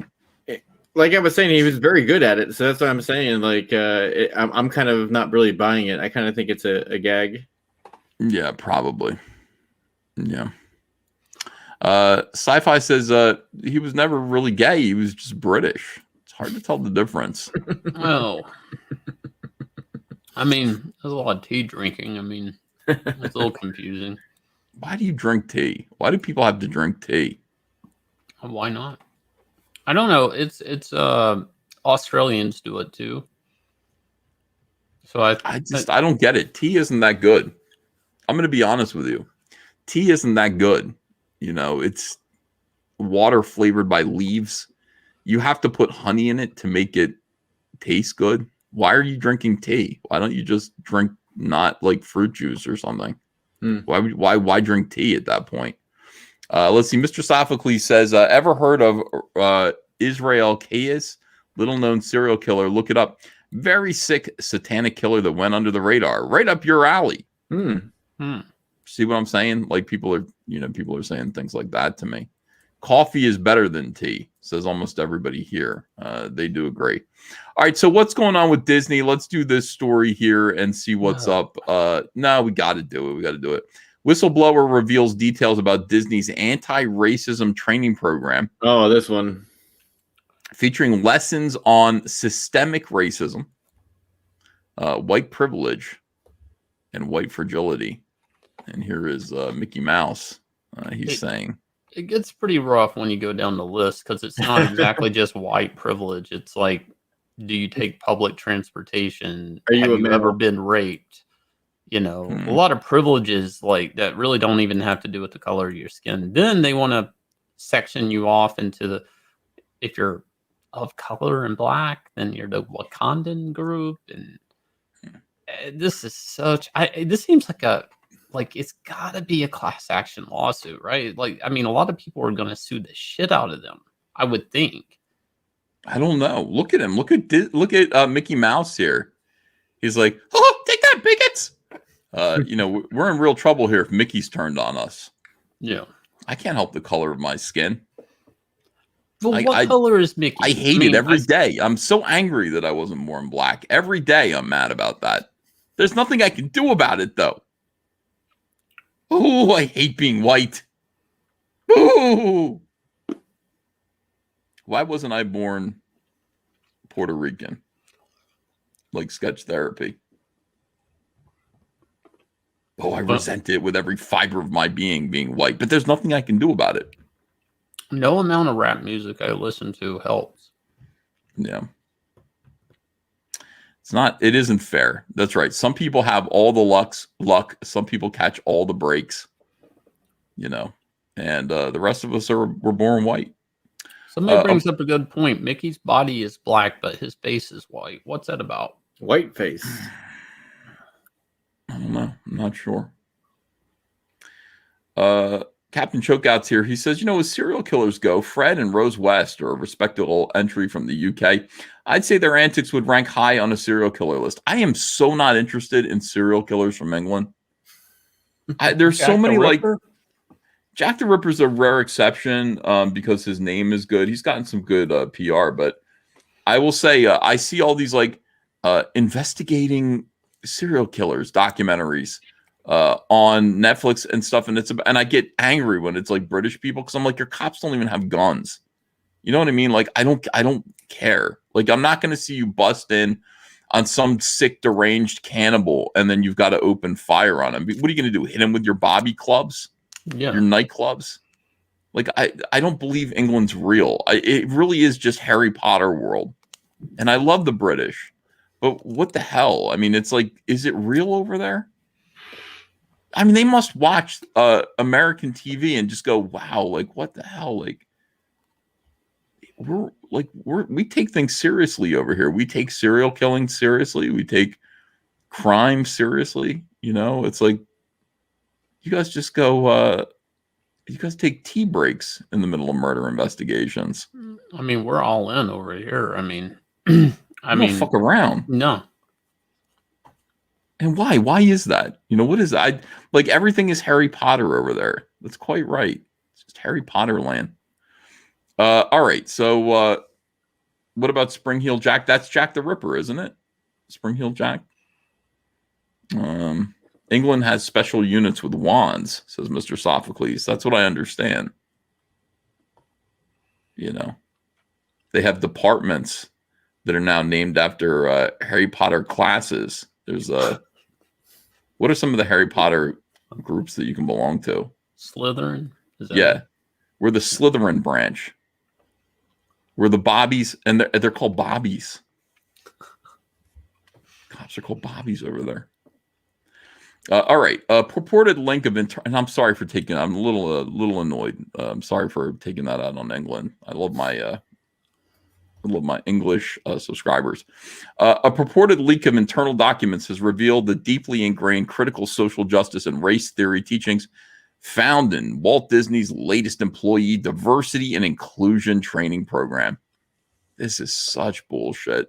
Why don't we root this out? Why are we tolerating this? Diversity and inclusion training program. This is a grift. This is what these worthless SJWs do. They need to make jobs for themselves.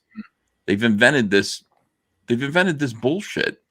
According to the documents, which independent journalist Christopher F. Rufo claims to have obtained from a company whistleblower, Disney's new Reimagine Tomorrow program consists of a number of different modules aimed at teaching employees how to both be anti-racist. According to this trove, remember, no more systemic racism, white privilege, white fragility, white saviors they're talking about. Can we name some white saviors? I mean, there's Jesus. He was white. Santa Claus. The word anti-racist just seems weird for some reason. Why? Well, racist would be to hate a group, and this would be anti-hate a group. It's just like like stacking a negative on a negative. It's like you start off with just society, then you're like, oh, then there's racism, and then it's like, no, then there's anti. It just seems convoluted. It's like anti. Yeah, it's anti. Checkpoint says, I'm not sure Jesus was white. I have seen no evidence. Every photograph I've ever seen. I mean, it's pretty clear. I mean, Black Jesus, maybe. I don't know. No, he looks like Kenny Loggins. The guy was white. It's pretty clear Jesus was white. One such module, I wouldn't care if he wasn't. I'm not saying that, oh, that's an issue. Like, I like him because, no, if he was whatever he was, I'd be fine with it. But, you know, he looked like Kenny Loggins. One such module titled Allyship for Race Consciousness. This is like Nazi shit. Yeah, it is. You haven't even gotten to the grouping part. But yeah, the list is just like insane. I don't think you understand how bad this gets. It asks employees to, quote, take ownership of educating yourself about the structural anti-Black racism in the historical context, while also avoiding having to rely on your Black colleagues to educate you, as the task would be too emotionally taxing. Oh, fuck's sake. Wow, this is horrendous. This is fucking horrible. Can you imagine Disney teaching you this? Reprogram. Look at this. This is meant to reprogram you. Mm-hmm. Most of us are wondering how we can step up to support Black colleagues and promote racial justice. Think of this guide as one of many starting points to becoming an ally.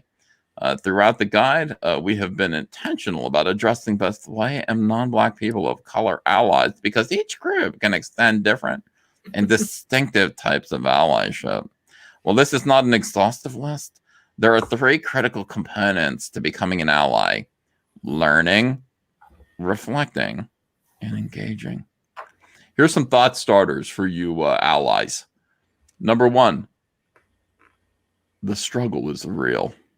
I've always said that. I said that in a sketchbook and they didn't like that. Yeah. Why is it that when I talk about my struggle, I get canceled? And these people are allowed to talk about how their struggles are real. You know? Yeah, I always thought that was weird how that sketchbook was an issue years after you did it. It wasn't even like when you did it. It was like people took issue years after when it was convenient when you were like again wearing your Trump hat. Mhm. Yeah. Oh, now it's all right. Fine. The struggle is real. Solidarity and mutuality are our common goals. This hard work is not a moment in time. It is an ongoing learning journey. The work requires more than attending a parade or a rally. We attended some rallies to demonstrate support. Don't take the responsibility of being an ally lightly. This is about building self-awareness through education and advocating for institutional change. I want to build some self-awareness in me. I don't want to take myself lightly anymore. I mean, it is only Disney. It is only Disney where people are supposed to have fun. They sell escapism, right? They bought all this intellectual property, Star Wars. They had the Mickey Mouse stuff. You go to Disneyland, you want to be in another world. Like you're not wanting to be grounded in racism. I don't even. Well, it all started with the Fast Pass lane. Remember the Fast Pass lane at Disney World? Now they're gonna have the POC lane. Oh, It's like they're gonna start segregating the lines just to get into Space Mountain. I like that idea. Well, I mean, not if you're at the end of the line of the long line. It's like we're gonna be at the. I mean, we're gonna be at the end of the line. What did they call that? Retributions? What if they separated the water fountains? Made different doors again? Yeah. What if they did that?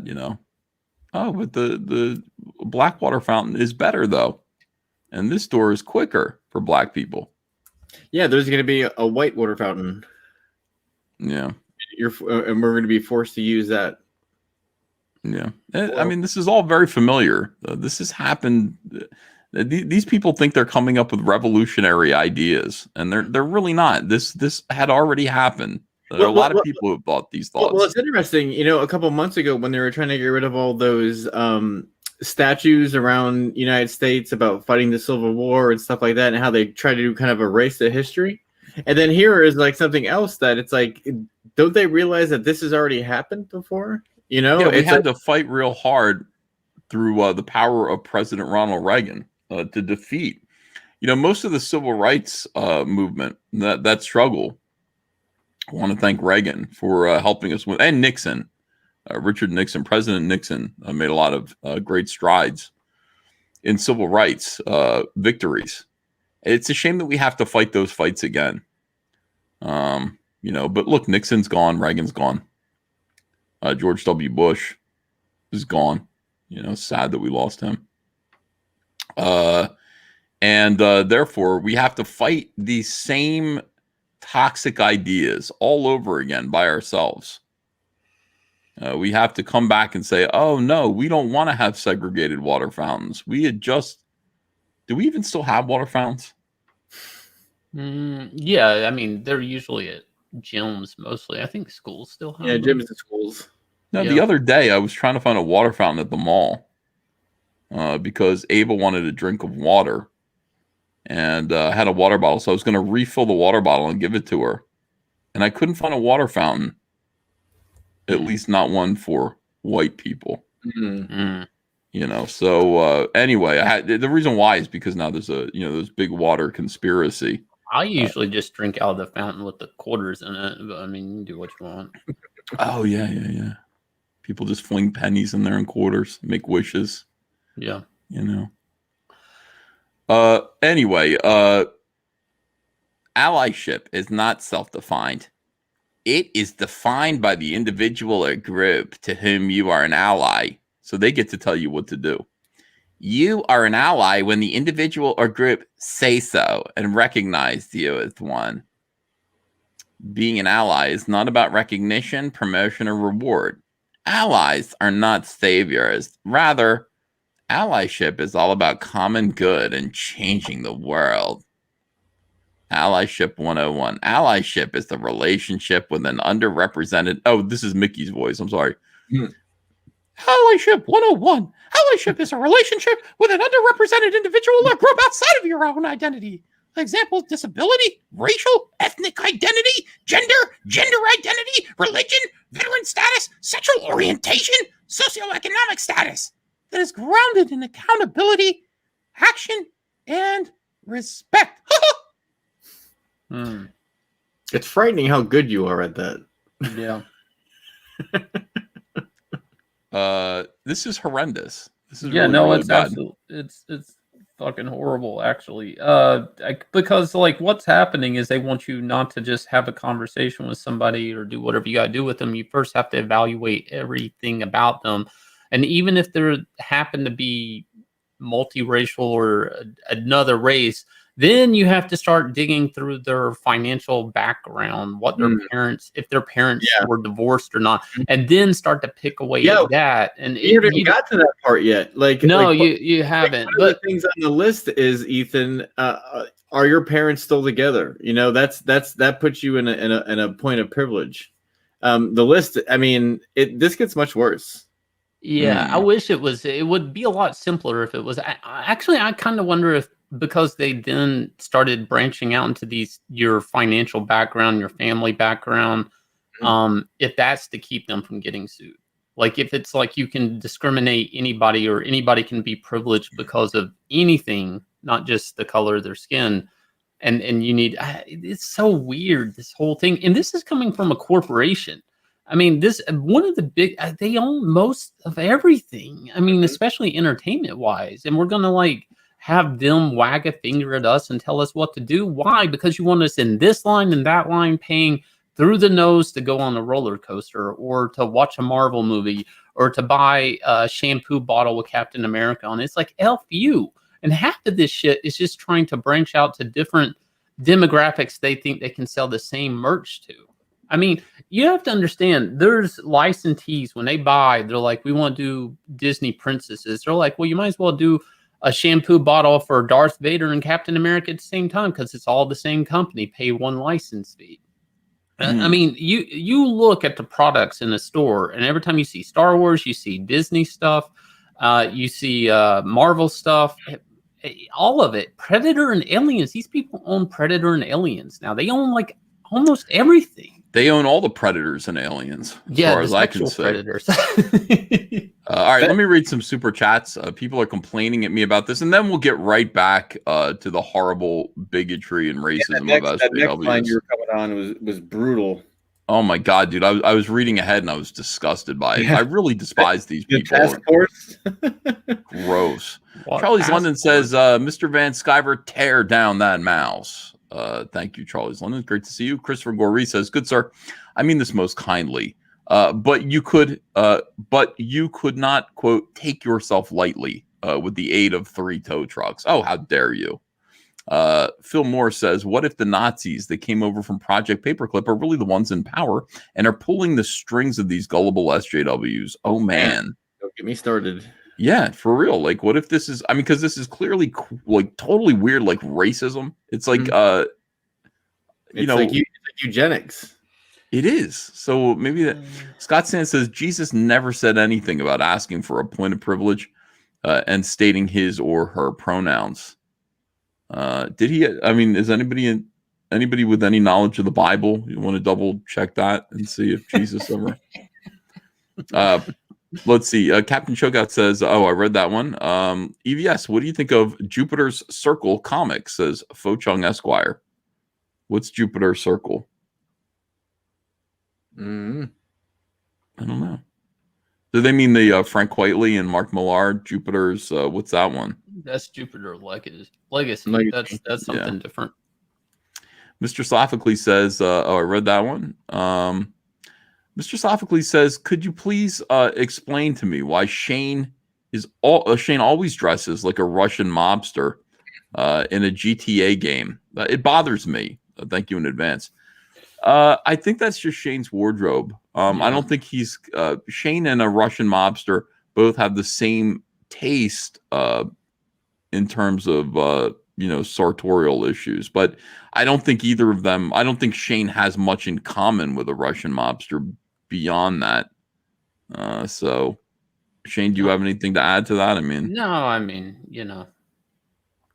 In Russia, they're called gopniks. yeah. Gopnik. Okay. Vince Garrett says that cat was pregnant, so she was man-hating you. Trencher 1375 says the cats smile by narrowing their eyes. It liked you. No, it didn't. I'm definitely sure that it didn't. Kong 404040 says, got my trading cards in the mail today, Uncle E. I also put the human sunbeam sticker on the back of my phone case. Oh, beautiful. Gek 812 says, my neighbor's teenage grandson cannot hear, speak, or write, but can operate a computer. Other night mentioned Kyle's book. Family is excited about seeing book. Got 2 Starblades copies to give one away. Oh, good. OCC says, fly Kyle up and have him draw art for The Office. I love that idea. Old Dirty Fatty says, you were streaming at the same time you were premiering on Can't Get It Right. My little mind is going to explode. What? I'm always streaming against something else. Oh, Can't Get It Right. Can't Get Right. Kurt Metzger. Oh, Kurt Metzger's premiering my episode. Whoops. Or he was. That's good. Well, that's still going to be available. Please do watch that.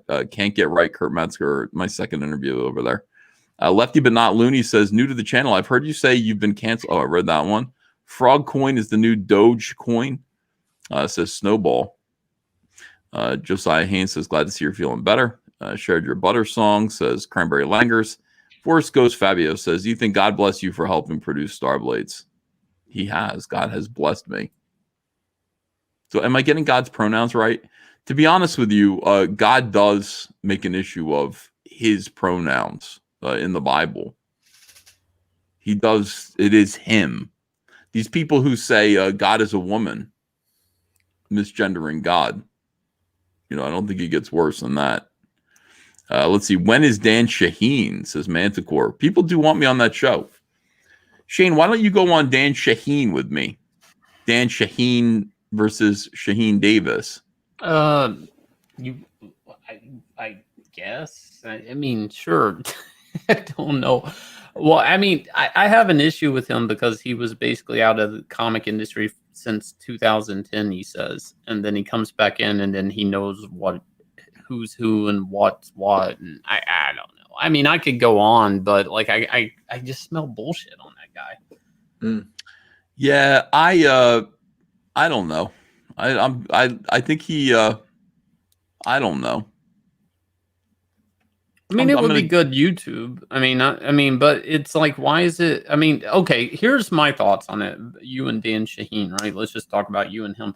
Why don't, if you're going to go back and forth on his channel, I mean, bring him into home field, put him on your channel sometimes and trade off. Like, like, why would I give him my audience?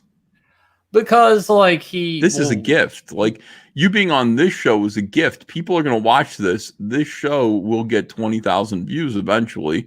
And if I say, hey, back Patrick Thomas's Ultra Star, 20,000 people are going to eventually hear that message. So if I have him on my show, then I'm helping him. If I'm on his show, I'm just making fun of him. Yeah, but it's the way he handles the chat. Like he won't read super chats or read distant. Yeah, just the way he handles the chat, I don't like it. I mean, to get super chats like that with real questions or real comments, he doesn't want to read it, and then you have to make him read it. And I mean, I guess it's like if it was on your channel, like you would just be reading the questions to him. He couldn't get away from it, but he'd probably leave. I see what you're saying. Don't give him your audience. I see what you're saying. But see, the thing about it is, Shane, is that I don't have questions for him. He has questions for me. I understand him entirely. I see him as a specimen. I've scientifically evaluated his species. of SJW for most of my time on YouTube. I understand him. I get him. He's got questions for me. And those are the questions that I must answer, I guess. Fo Chung Esquire says, what's your take on J. Scott Campbell? It's a loaded question. What is my take on that? Shane, what's your take on J. Scott Campbell? So I was looking around and I came across a Bleeding Cool article, and it looked like he had been on the Quesada Dave Johnson drink and draw streams a couple of times. That kind of answered right away to me, like where he got the choice words for CG. Yeah. So I and especially since he had, because he had even shouted out my channel because I'd done a video on it.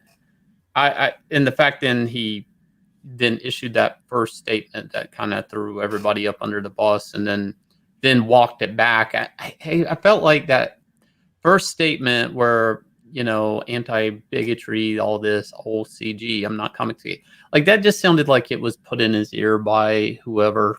I mean, and when I say whoever, probably Joe Quesada, Dan Panoja, whatever his name is, and Dave Johnson for sure. Mm-hmm. Yeah, what do you think, Patrick Thomas? I've calmed down since the last time that I talked about it, and I feel the same way that Shane says. I feel like he's kind of just a guy stuck in the middle, and I think he had some people just kind of talking in his ear and just being like, "Oh, well, don't talk to that group because that group is Gamergate, or they're just like a Gamergate," and and. When he was talking about Gamergate, it was clear that he didn't even know what Gamergate was, so he doesn't know what Comicsgate is. So I appreciated him walking back a little bit. So I think he'd do well not to talk about things he doesn't know anything about. I do it every day. Yeah, but you have personality. You have personality. Most of the show was me talking about shit that I don't even know what I'm talking about. Most of it. Some of it I do know. When I talk about action figures and cutting their heads off, I understand that 100%. But everything else I'm kind of aloof to. My take on J. Scott Campbell is I just don't care. I've never been a fan. Okay, it's just his artwork isn't for me. I think it's good. It's just I've never really been a fan, and redrawing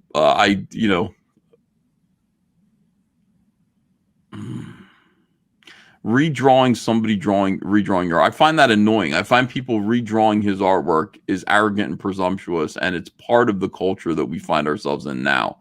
Like what's going on right now, where these nitwits just have absolutely no respect for comics. We had respect for comics and the people who came before us bred into us.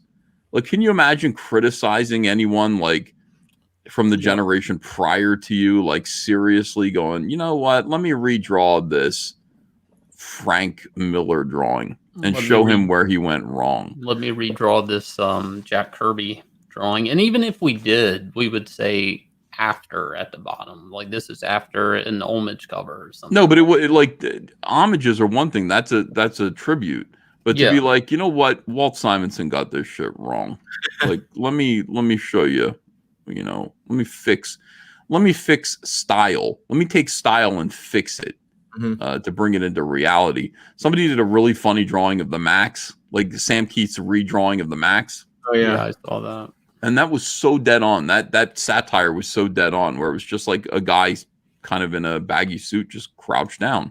Yeah. Well, the things about comic books is we try to draw things and make them look as interesting and as exciting as possible. Superhero comic books, fantasy comic books. And, when that person drew on top of J. Scott Campbell, they just shat on the excitement of the figure drawing, and it just worse when it was finished. I mean, you missed the whole point of what he was doing.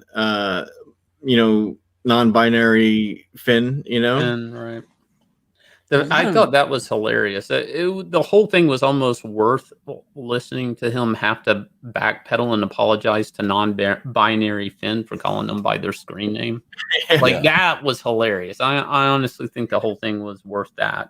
Well, yeah, it was funny because he had to like say that he was, that he wasn't against the LGBTQ whatever community, and it's like, was there anything about that in his tutorial on this other guy's drawing of his drawing? He didn't even mention anything about that. Why was that one of the first things he had to say? And it was because that person chose to call themselves non-binary. Not, you're repeating it, so you must be making fun of them. I guess in a way they say. It was a sham. I mean, and the only reason why I was upset that day was just because he spent that time to kind of like put that person in their place for no reason, because he just bent the knee anyway, and then he apologized to us, and then now it's just like I'm with you, Ian. I was like, it's like whatever. Let's just move on to the next thing that happens next week. Yeah, maybe something more interesting will happen next time. Let me see. Scott Sands says you're right. Her or she is never capitalized in the Bible. Does that mean God is sexist?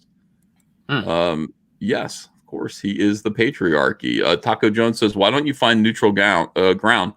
Go on 10 Apple's channel for a debate. It also isn't man made in his image. Isn't that the whole thing?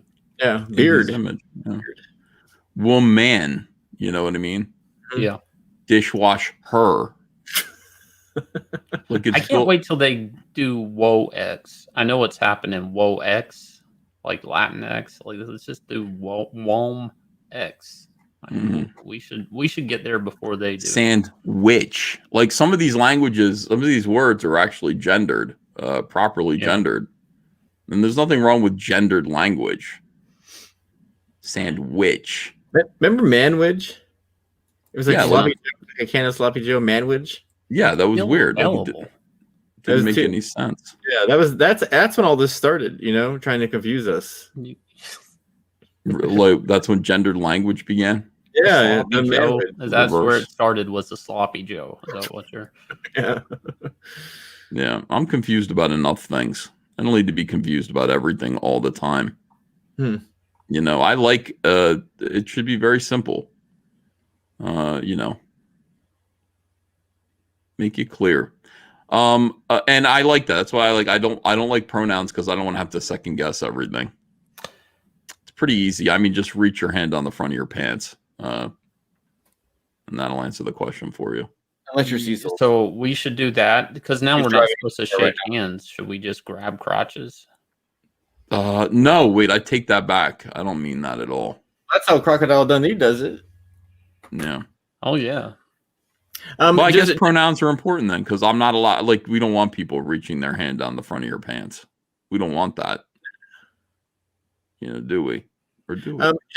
Just real quick, I want to say I have an hour left on the first 30 days of Ultrastar, and I'm trying to get to a certain point. So if anyone hasn't backed yet, run it over there, and if anyone wants to throw it in the chat, that'd be great.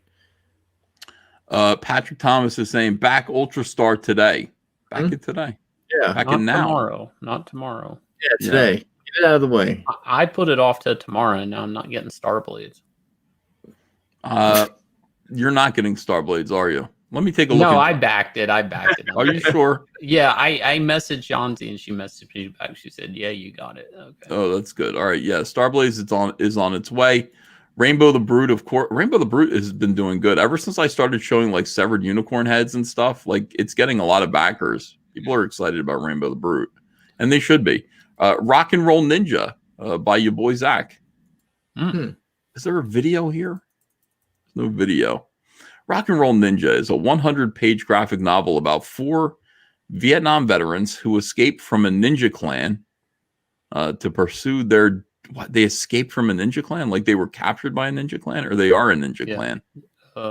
No, I think they're inspired by their captors. I think they were captured and they escaped, and they decide we can do ninja better than them. So, to pursue their dream of being in a rock band. So here they are in a rock band here. It's good art. It reminds me of Mad Magazine or Cracked Magazine. I liked Cracked. Yeah. Alfred E. Newman always just creeped me out. I don't know. It wasn't for me. Yeah, why was that funny? Alfred E. Newman. Was that the idea at the time? Like redheads with a gap between their teeth are just funny. I mean, what's they the origins behind that? I don't really know. I would like to find out, I guess, just to have that bit of information now that you mention it. But this is Matt Baer and Chuck Dixon, and created by Richard C. Meyer. Your boy Zach is coming up with a lot of story ideas lately. Matt Baer. Who is that? Do you guys know him? He's in the chat. His name is Matt Six Bear. I don't know, man. He's an artist, and he's in the community. He's around. I see him a lot. I went to his. Well, actually, I taught a dude by that name, so I was wondering if it's the same guy. Oh, really? You taught a guy named Matt Bear? It's spelled the same way? Mm-hmm. Oh, interesting. Maybe it is him. All right. 4 Vietnam veterans in 1973. 4 young, what is this? Marine ACV SOG. Massive SOGs. Soldiers finish up their tour of duty in Vietnam and fly back to the USA to start their dream of becoming rock musicians. He finished up here by sticking a knife through the back of this Vietnamese gentleman's head, like through his neck and out his mouth. I think that's to stop him from screaming. Would that stop you? I guess it would stop you from screaming. Yeah, this guy's getting, they're doing a good job here. These guys know what they're doing. Ninja, 1975, after having all their equipment and vans stolen after a concert, they accept an offer from a colonel they knew in Vietnam for a 6-week security consultant gig in Japan. What could go wrong? Nothing. Look how good this is, man. This is good art. Why isn't Matt Baer more of a superstar? I don't know. Who do I blame for that? Who's responsible for making artists in Comicsgate into superstars? Well, you first have to be a rising star. And then when you're a rising star, then you become a superstar. And then eventually you're like a supernova. And then I feel like this is John Malin's job. Like John Malin's job. And where is John Malin tonight? John Malin's job is to find talent and then expose them to a wider audience, and then turn them into stars. This guy's really good. Matt Baer's good. It's clear. The boys trained some very serious Japanese men in the elite tactics and advanced weaponry they used as massive SOG soldiers. As they finish, did anybody tell me what that stands for? As they finishing the consulting gig, they find out they won't be going home ever. The people who they had been training are ninja. So here they are, the rock and roll ninjas, and they're also Vietnam veterans. And some really, really good artwork. In 1981, this is the whole story here.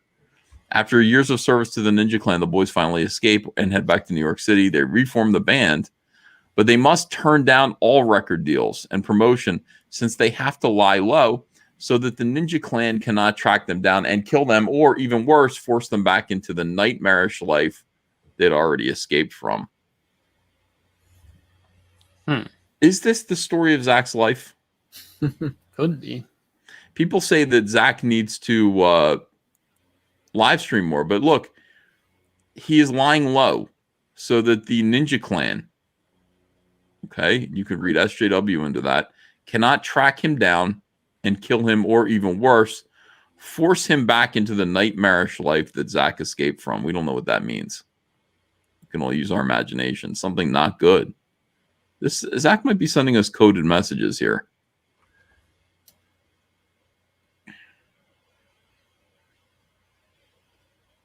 I'm actually down for that. This was a pretty good book. I'm thinking about it. That what now this pitch, I see where you're going with this. Now you understand why this is good and why you need to back this now. Barb Rogers says Zach is Elon Musk level autistic, she says. Perhaps. 1983, realizing that their big shot is passing them by, the boys created an elaborate plan to lure their Ninja Clan to New York City and pick them off one by one. They do this by splicing footage of them in ninja garb, using secret techniques from their Ninja Clan, This is the whole story, Zach. Zach, if you're watching right now, you're telling people the story that you're asking them to pay for. You don't have to do that. This is the entire story. Here they are rocking out. Again, terrific art from Matt Six Bear. Team Richard Meyer, Chuck Dixon, and Matt Bear have banded together to tell this epic story of loyalty, ninja, and rock and roll. Look, they even have this. This could be a t-shirt if you wanted. Meyer, Dixon, Bear. It's really cool. It's kind of like a tour shirt type thing or whatever. If you read this fast, it sounds like they're saying Zach is fucking an actual grizzly. Myers, Dixon, Bear. If you read it fast, don't read it fast. These are the things that inspired Zach. He loves those G.I. Joe comics. And the Ramones. Do you remember the Ramones? Mm-hmm. Yeah, of course. CBGBs. Beat on the brat, beat on the brat, beat on the brat with a baseball bat. Oh yeah, oh yeah, oh yeah. It's so weird how small CBGB's was, though. Mm-hmm. Like, I mean, every photo it looks 10 times bigger. Like, I've been in there, and I love there. I love CBGBs. I saw many shows there. I mean, so many great bands have played there, like Social Distortion, the Misfits, the Ramones, Talking Heads. Blondie, yeah. Beat on the brat with the baseball bat. Oh yeah. I totally get what he's doing here. Like the 1983 in New York City, the punk scene was like going off, and that's when the hardcore scene was starting as well. Gorilla Biscuits, Sick of It All, and I can kind of see that in the art style. It's a different Matt Bear. I looked it up. It's a different Matt Bear that I had a student, but yeah, this guy is really good. And he's really capturing like the feel of the like the crustiness of the punk. I love it. Yeah. Look at these dirty hippies. They're not hippies, they're punks. Whatever. They're undesirable. They're not me. They're not a yuppie like me. I would be a disgusting yuppie in the 1980s, I think. My while this was going on, while people were shoving paper clips through their noses, safety pins in every orifice. I was James Spader in Pretty in Pink. Like, that was who I thought I was meant to be in the 1980s. You're a bitch. James Spader in Pretty in Pink. What a great guy he was. Still, I mean, that's who you need to be. Yeah, preppy, yuppie, rich, trying to fuck Molly Ringwald for some reason. You never thought she was attractive? I mean, to be honest with you, any port in a storm, but I don't think that she was, no, I don't think she was that great. You can't really make movies where, she is the most beautiful girl in the world. Like, she's not a stunner. Yeah. She's the girl next door who, I guess so if I was drunk. You know what I mean? I guess so if I was drunk. Yeah, I think that was the appeal of her in the 80s, is that she was so average. A lot of people could relate to her, I know that girl. I am that girl. Mm-hmm. Maybe that's what it was. I don't know. I remember having a big crush on her, but there are also, like, I didn't have many redheads in my school or anything. So, like, to me, she just kind of stood out in the movies and stuff. Yeah, there were no, but I mean, to be fair, like, there weren't a lot of beautiful women in the 70s and 80s. Elizabeth Shue was good. Yeah, she was good. She was a cutie. Mm-hmm. I liked her in those. I liked her in her khaki pants and Karate Kid, whatever those were. Oh yeah, the khaki pants when she was doing the cheerleading scene. I love that. I also liked her in. She was pretty in Adventures in Babysitting. Mm-hmm. The girl from Weird Science, the movie, that chick. Yeah. Who's that? I don't know. She was British, correct? Yeah. Yeah. I forget her name too. I'm sure the chat will say it here in a second. That was a great movie. Tawny Katane died, by the way. When? Like 2 days ago. You didn't hear this? No. Tawny Katane passed on. Of course, it's sad because, in the 1980s, in my Headbanger days, in my Megadeth days, when I was 12, 13, My my heterosexuality evolved first around Linda Carter, but eventually puberty hit, and it was Samantha Fox and Tawny Katane. And then Samantha Fox is a lesbian, which still blows my mind. But Tawny Katane, I mean, that was like, whoa, women are great. Like, women are. And she died. You know, she died. What did she die of? I don't know. I Right. presume drugs, probably Okay. drugs, but At what do her I know? age? She was in a movie called Witchboard 2, which we rented because there was nudity in it. This was just last week. And there was full Tawny Katane full frontal. And you know. When was the movie filmed? Yeah, what I'm saying is this is before grooming. It's such a disappointment. You know what I mean? It's like full frontal, and it's like, oh my god, you look like you have Yoko Ono in a headlock, in a leg lock. I mean, absolutely terrible down there. They trim up. Women needed to trim up in the 80s, but nobody was there to tell them. So Actually, that's a weird thing. I don't know what they call it, but it's like a wig, a pubic wig that they would do just to get around that. It's called a merkin. Yeah, yeah. I would hate to think that they'd use a merkin in a movie like Witchboard 2. You know, like the budget. Like, I mean, the budget was so small. Like, you know, would they have a merkin budget? I would say no. I would say they wouldn't. Good bet that it's real. But then again, somebody blew my mind about, I think it was Cecil, ruined Return of the Living Dead for me. The amazing full frontal nudity. It isn't even real in that movie. She's wearing some kind of something or other. That destroys me. It gets worse than that. Like, I guess, like, you know how like there's certain nipple through the shirt shots in movies. It's all fake. It's like a rubber paste on. Is that true? Yeah, it's like they put on like a fake nipple that shows through the shirt. Like, hey, what at that point? of, What's the point? All right, here we go. Speaking of merkins, Growing up can be rough. It isn't always easy to make friends. Sometimes I feel alone. But then I met Barnaby and learned the truth about all cats on Earth, that they need my help. But the bullies are trying to stop our fun. Together with the Starlight Cats, I can collect all the jewels, so the great Merlion will rise again.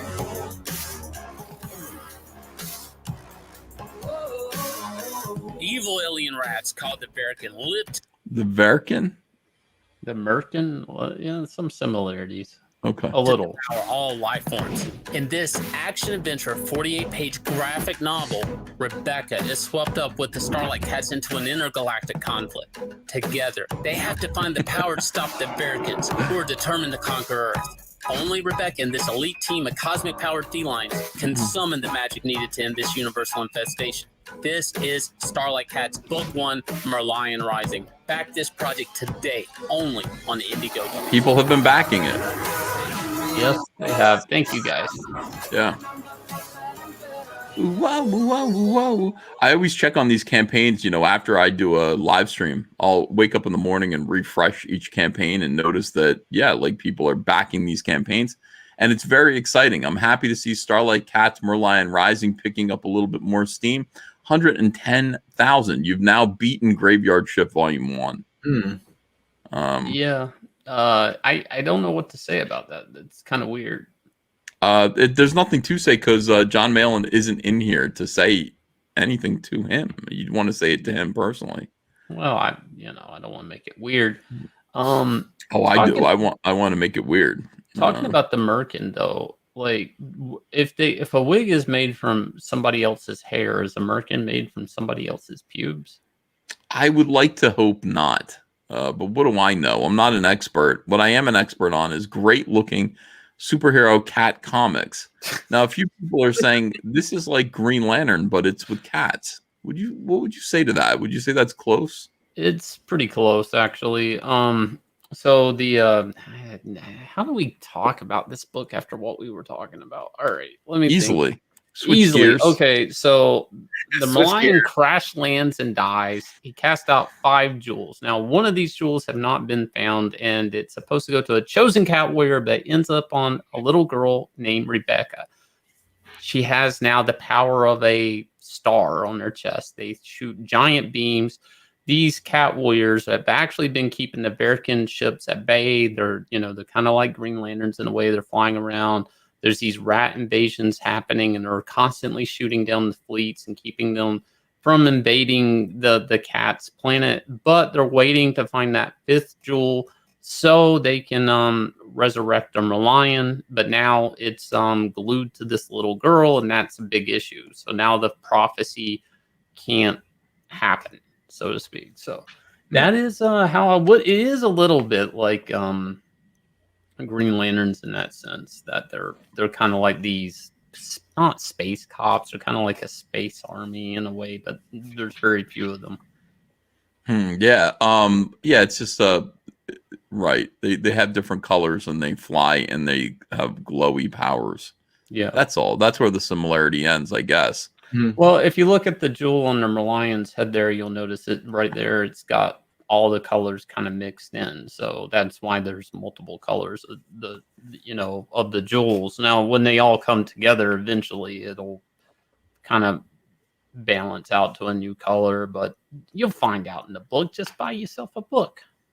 Yeah, buy a copy of Starlight Cats, and let's get this. Let's not play that again. I saw where you didn't. No, I won't Okay, play it thank you. again. Thank you. But buy a copy of this book. And Shane, how's it going? What do you have? Like another 16 pages to go or something? Something like that. We're having a vacation coming up next week, so I'm just plugging away at pages. Yanti's like, hey, wouldn't it be nice if you only had 10 pages left to go? So it's something like 14, 15 pages left to go. So I have the whole book laid out. I don't draw a book in order. I don't know if you do, Ethan or Pat. No, I draw scenes. Yeah. Mhm. So right now I've been working through all the action in the book, which is interesting. I'm flipping through it now. This is the book, so it's that much of it's done. So it's I keep a little dummy book that I look back through as I draw a book, so to make sure I know the pages I'm laying out and stuff. But I kind of went in and did all of the action stuff in the book, which is a lot more than I thought, because there's a giant space invasion. She doesn't know how to use her powers, and they're literally like tons of American ships invading the solar system of the Cat's planet. So all the heavy stuff is kind of done now. Now I'm just kind of, thank God, now I'm kind of running back and doing basically the ending on Earth and the beginning on Earth and some in-betweens. But it's I did the hard stuff first. That's something I picked up working in comics. Had somebody telling me, like, why don't I talk about the books I've done for Marvel and DC, that they came over from Fandom Menace and they didn't realize I did all these books. And I'm like, I don't want to advertise my past work. Do you do that? No, I never talk about Marvel and DC. I don't talk about, like, not unless I really have to. Yeah, this was coming up a lot today in comments and super chats. And it's like, so anyways, working at Marvel and DC, I learned really quick to try to do the hard stuff first in case I have to speed up through some pages, that I'm not left doing it on a crazy splash page or something. I don't know if you do the same thing, but I try to get the heavy stuff done first if I can. It's nice to have a full script. I don't know if you remember working off a piecemeal scripts, Ethan. I really don't like that. I don't believe in having a script at all when I'm writing my own stuff. I just don't. Yeah. I have a plot. Things get added to it and things get moved around and stuff. It's just better. And at the end of the day, you're able to just kind of go, okay, I've got the complete finished story. Here it is. It's like building a movie, Yeah. And that's how Wreck Planet is. But I actually did tell someone. I sat down and I told someone the Wreck Planet story all the way through, and they were stunned by it. They You were thought very upset. that far out, like. No. I didn't tell them the entire, just the issue, Wreck Planet, like what happens in Wreck Planet, just so that they would know. And they, they were like, "Yeah, cool, man, good for you, little boy." I was like, "Thanks." Dan Fraga's Black Flag Pineapple Perception. Are we there yet? Oh, we're almost there. We're looking for 205,000. I got Dan on here the other day. Whenever Dan shows up for a live stream, people buy his comic. He's just a hell of a guy. Here's his video.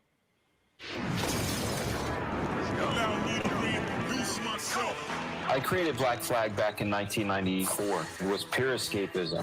I want to draw guys with big guns. I want to draw anime babes, wizards, aliens. Cool, put them all in one book. Now allow me to reintroduce myself. Black Flag is literally wish fulfillment. High energy, high octane, 90s style action, relentless, doesn't ask for forgiveness, high bullet count. There hasn't been that in comics in the same way that I'm going to provide it.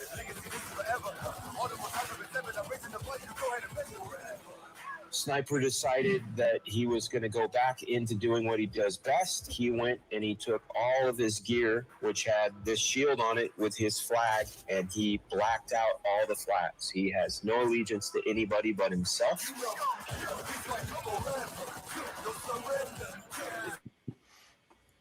They're never sitting around talking in Black Flag issue 1. Ragtag, they're it. Here to save our world, all of them, mythical, magical. And we are going to see so many bullets, so much action. This thing is certain to blow people's minds.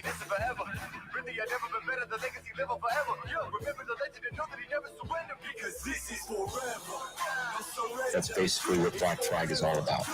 Let's go. Another really great trailer. Everybody has good trailers, except for me. I make my own. Well, the Wreck Planet trailer was good. I like the trailer a lot. Actually, I get a little tear-eyed. Are you talking about the one with Heather Swain, or are you talking about that's the a good one you trailer. Yeah, the other the trailers that I make that are 15 seconds long are not that good. Fragaboom, back Black Flag Pineapple Perception. Let's talk about Cecil's cash grab for once. Do I want to talk about Cecil's Cash Grab, the graphic novel? Looking forward to this actually coming out. I think it actually will come out. I think Cecil's going to disappoint a lot of people. This will end up seeing print. Very much looking forward to it. I must have backed this like 5 times. I feel like I backed it a bunch of times because I support Cecil. He should donate some of the damaged copies to like orphanages or inner city youth or something. Yeah, cool. He should give back. I think Human Cecilpede, this cover here, and Dirtworm Doug should be in libraries. I don't see why this wouldn't be in a public school library. So Cecil, maybe something for you to consider. This book is so richly illustrated. That would the humans, the Dirtworm Doug. Wouldn't it be hilarious if people just went and bought extra copies and you just go into the library and just sit it on the shelf, just put it in there. That's where it belongs. Like since I got Brutus the Badass, I'm very excited to see Don's work in this. And like Brutus the Badass was such killer artwork. I want to see how he handles Cash Grab and Cecil's story. Yeah, I think that'd be cool. I just that frog looks familiar. I can't put my finger on it. Trent Kanuga's Creed Reimaginary 1 and 2. I talked to Trent the other day. We got another backer. Trent is ready to go with 3 and 4. Like he just wants to keep going, which is great. He's like, hey, what do you think about me doing an art book and all? Yeah, do all that stuff, dude. Do all of it. I will publish it. We'll promote it. $107,000 right out of the gate. Not bad. Not bad. Trent, of course, does have a lot of experience. He's been around comics. He's worked for Marvel. He worked on Ghost Rider. I think he did an issue of Thor. He's been around for a long time. It's great to have him back in comics and doing what he's best known for, Creed. Creed Reimaginary. I keep forgetting about that Ghost Rider run of his. Devin Grayson. wrote what it. happened to her? Like, what happened? I don't. She was Mark Wade's girlfriend. Yeah, From what I remember, I think I yeah. heard that she just they broke up, but like I think she's gay now. Well, I mean, Yeah. after dating Mark Wade, of Well, course. yeah. She I don't know where she is. I think she's still writing something or other, but I'm not sure what. I worked with Um, her on a couple issues, Nightwing, and I don't know. I haven't. Maybe I still have her email, but I kind of wonder about that because I think she was doing like trying to do some TV stuff and prose pitches and stuff. I think she got out of comics. Good. I mean, her whole thing was I should be writing Nightwing because my name is Devin K. Grayson. Right. DK Grayson, Dick Grayson, Nightwing. But the thing about it is, that's not even a real name. So no. And why didn't you just call yourself Dick Grayson then? You know what I mean? Like just call yourself Dick. My name's Dick Grayson. I should be writing Nightwing. This is how women think. It's like, oh, my hair is the same as Riri Williams, therefore I should be writing Riri Williams. I look like her. I should get to write the character. Oh, my name is Dick Grayson. I should get to write Dick Grayson's Nightwing for DC Comics on a professional level. Why are women like that? That makes sense to a female brain. To a male brain, we hear that and we go, what the fuck? Shut the fuck up. No. But women go, nah, it just makes sense. And, I don't understand. I really don't. I like girls. I like women. I don't understand why that's something they would ever say aloud. I like women in certain situations. No, I like them all the time. But why would you say that? Why would you say I should be? I'm campaigning to write this comic book because look, I look like her. And by the way, and it's like, hey, this is something that I thought about today because I'm stupid. I was like, wait a second. Like, I got to put, this thought did occur to me. I'm like, I got to make sure that there are a lot of people of color who survived the Vespis invasion. Oh. Because New Jersey is, it is, it has a large black population. So we want to make sure that they're, we represent that, we show that because it just makes sense. But then here's what I thought. This is the double booby trap. I thought I'm not allowed to write them though, or draw them because I'm white. So I'm only allowed, according to SJWs, I'm only allowed to write and draw white characters because, otherwise, people are only allowed to draw what they know or what represents them. So that logic doesn't make sense. So if you're working on Superman, right? Mm-hmm. And all of a sudden your supporting cast, or you have Lois Lane, you have Jimmy Olsen, whoever, right? Like, I don't know, we'll pretend there's a black person in the Daily Planet.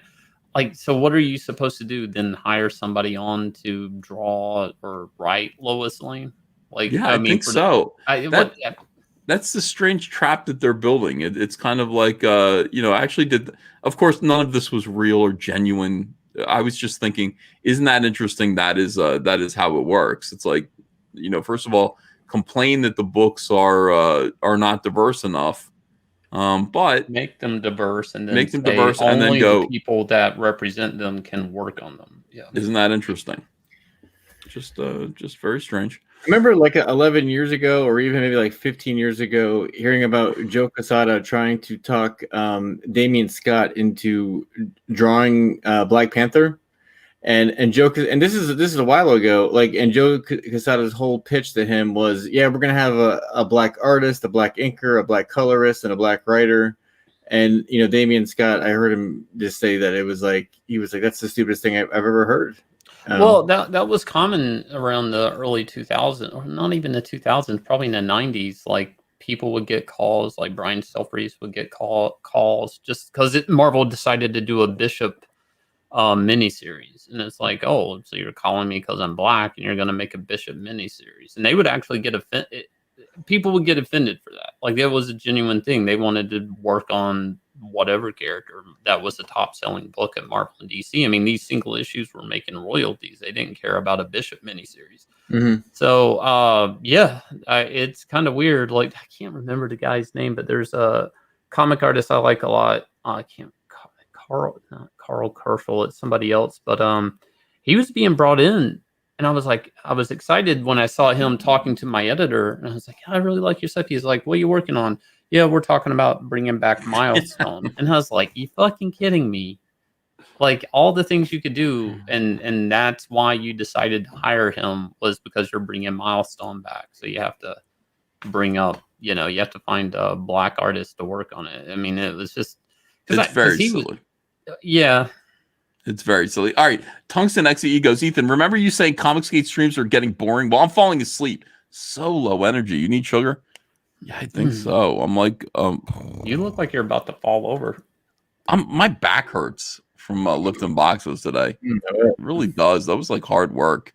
I almost said Snowman showed those boxes. I was going to ask who lifted them. I did. I did all the work. Snowman, A Cold Day in Hell, Matthew Martin. And let me see, $4.99. This is controversial. Everybody's talking about $499 lately. And I'll tell you something. I'm watching the backers go up. I'm watching this get funded. People are saying, Ethan, what do you think of $499? What do you think of this? What do you think of that? I don't know. Haven't read it. That's all I will say. People want my opinion about Narwhal's art. I like Narwhal's art. People say, what do you think of Zach's coloring? I like Narwhal's art. So there you go. We'll see how $499 is. I have backed it. I hope you're backing it too. I'll back anything Zach does because I think he's interesting. Even if the end product isn't the best thing that he's done. Like Pandemic was not that good. It was a flawed story in a lot of ways. The artwork looked great. But it doesn't. It's like I still want to know what Zach's up to. Like, I got to know what comics he's doing. I'm kind of invested in his in everything that he does, his creative journey. And even when it drives me nuts, because I'm like, dude, Zach had this idea. And finally Zach said to me, because I said, no, you have to do this. Zach, you have to do this. And finally, Zach said, no, I don't think it's going to work. I don't think it's going to work. And I said, no, it will work. And it will bring Zach. It's a $500,000 idea. You have to do it. And finally he said, I can see you're passionate about it. Okay, maybe I'll do it. I said, no, now we're not doing it. Can't be me that's excited about this. You have to be excited about it. So I guess it's not going to happen. Oh, that thing I heard about. Yeah. Yeah, you know what that it is, was a right? big idea. That was CG Gold. That was I mean, I could, here's the thing.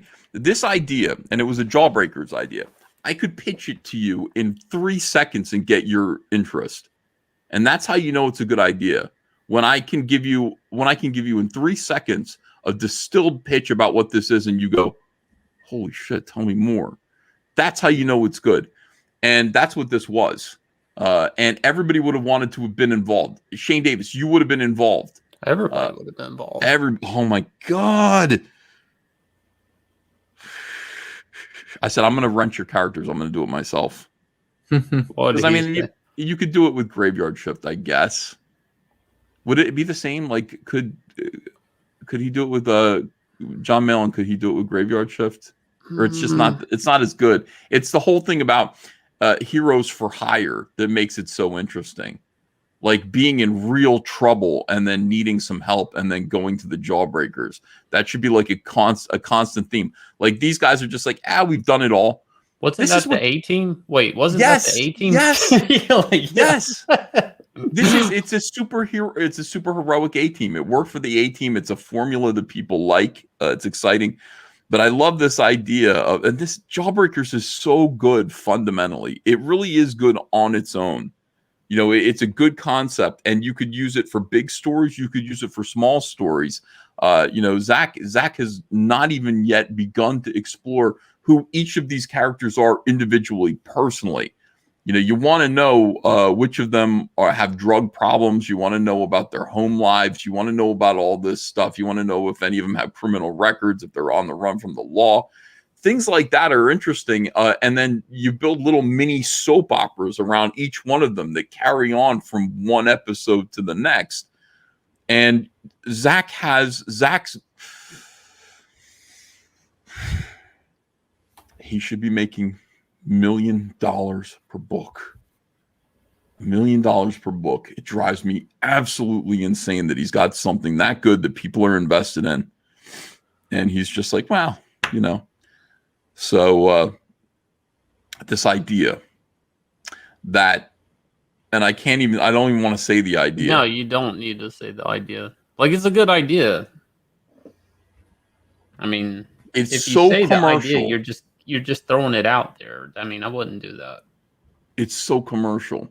It is so commercial. It's like Mark Miller's The Watchmen kind of, whatever happened to the Man of Tomorrow kind of meets sarcastic, super charismatic, pissed off former superheroes as G.I. Joe. Like it puts, not only that, like the whole thing distills what's happened to comics from Zach's point of view and makes it into a metaphor, which everyone can understand. Did you ever read Planetary? I think I read a few of them. Yeah, there was some really good ones, and the idea kind of made me think back to it, even though it's different. It was just some of the similarities on. There's some. It's got the same nerve to it. The same balls? When you mean balls, like the stuff that they were doing with the Fantastic Four and stuff in Planetary. I don't know if you ever got into it that deep. I didn't get into it that deeply because John Cassaday. Yeah, I didn't like the artwork, but the concept that they were doing was pretty decent. Ultra Star, Operation Supernova. We've got 9 minutes to back this. Just 9 minutes to save the world. That's it. Patrick's got 9 minutes. Save the world. And I'm gonna point something out that's super awesome, and this shows everyone like how much we were growing over here. This is our first 30 days, and we're already at 25,000.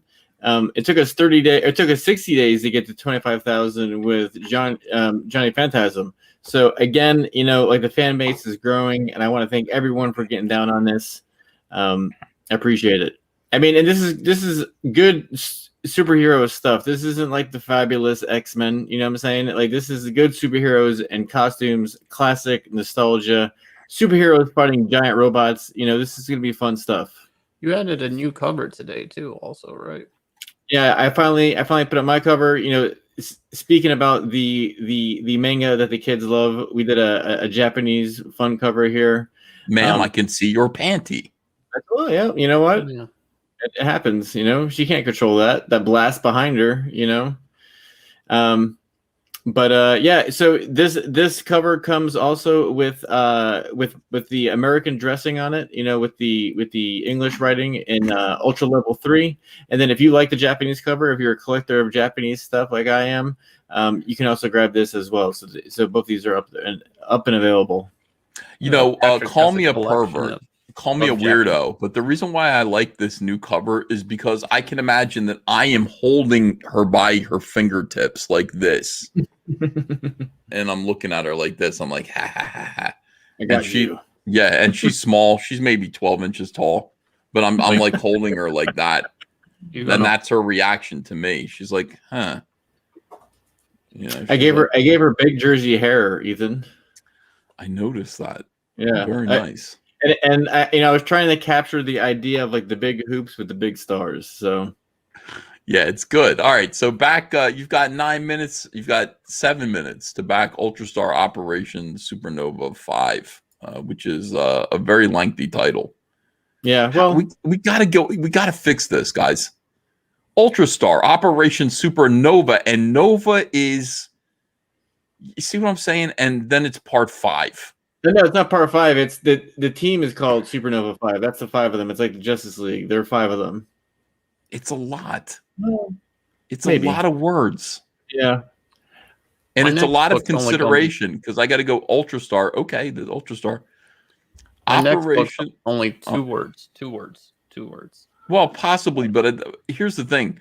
Then I got to go, okay, Operation Super, and then I got to go, oh, fuck, what's Nova stand for? And then I got to Yeah. go 5. What's 1 through 4? Well, It's a lot of consideration.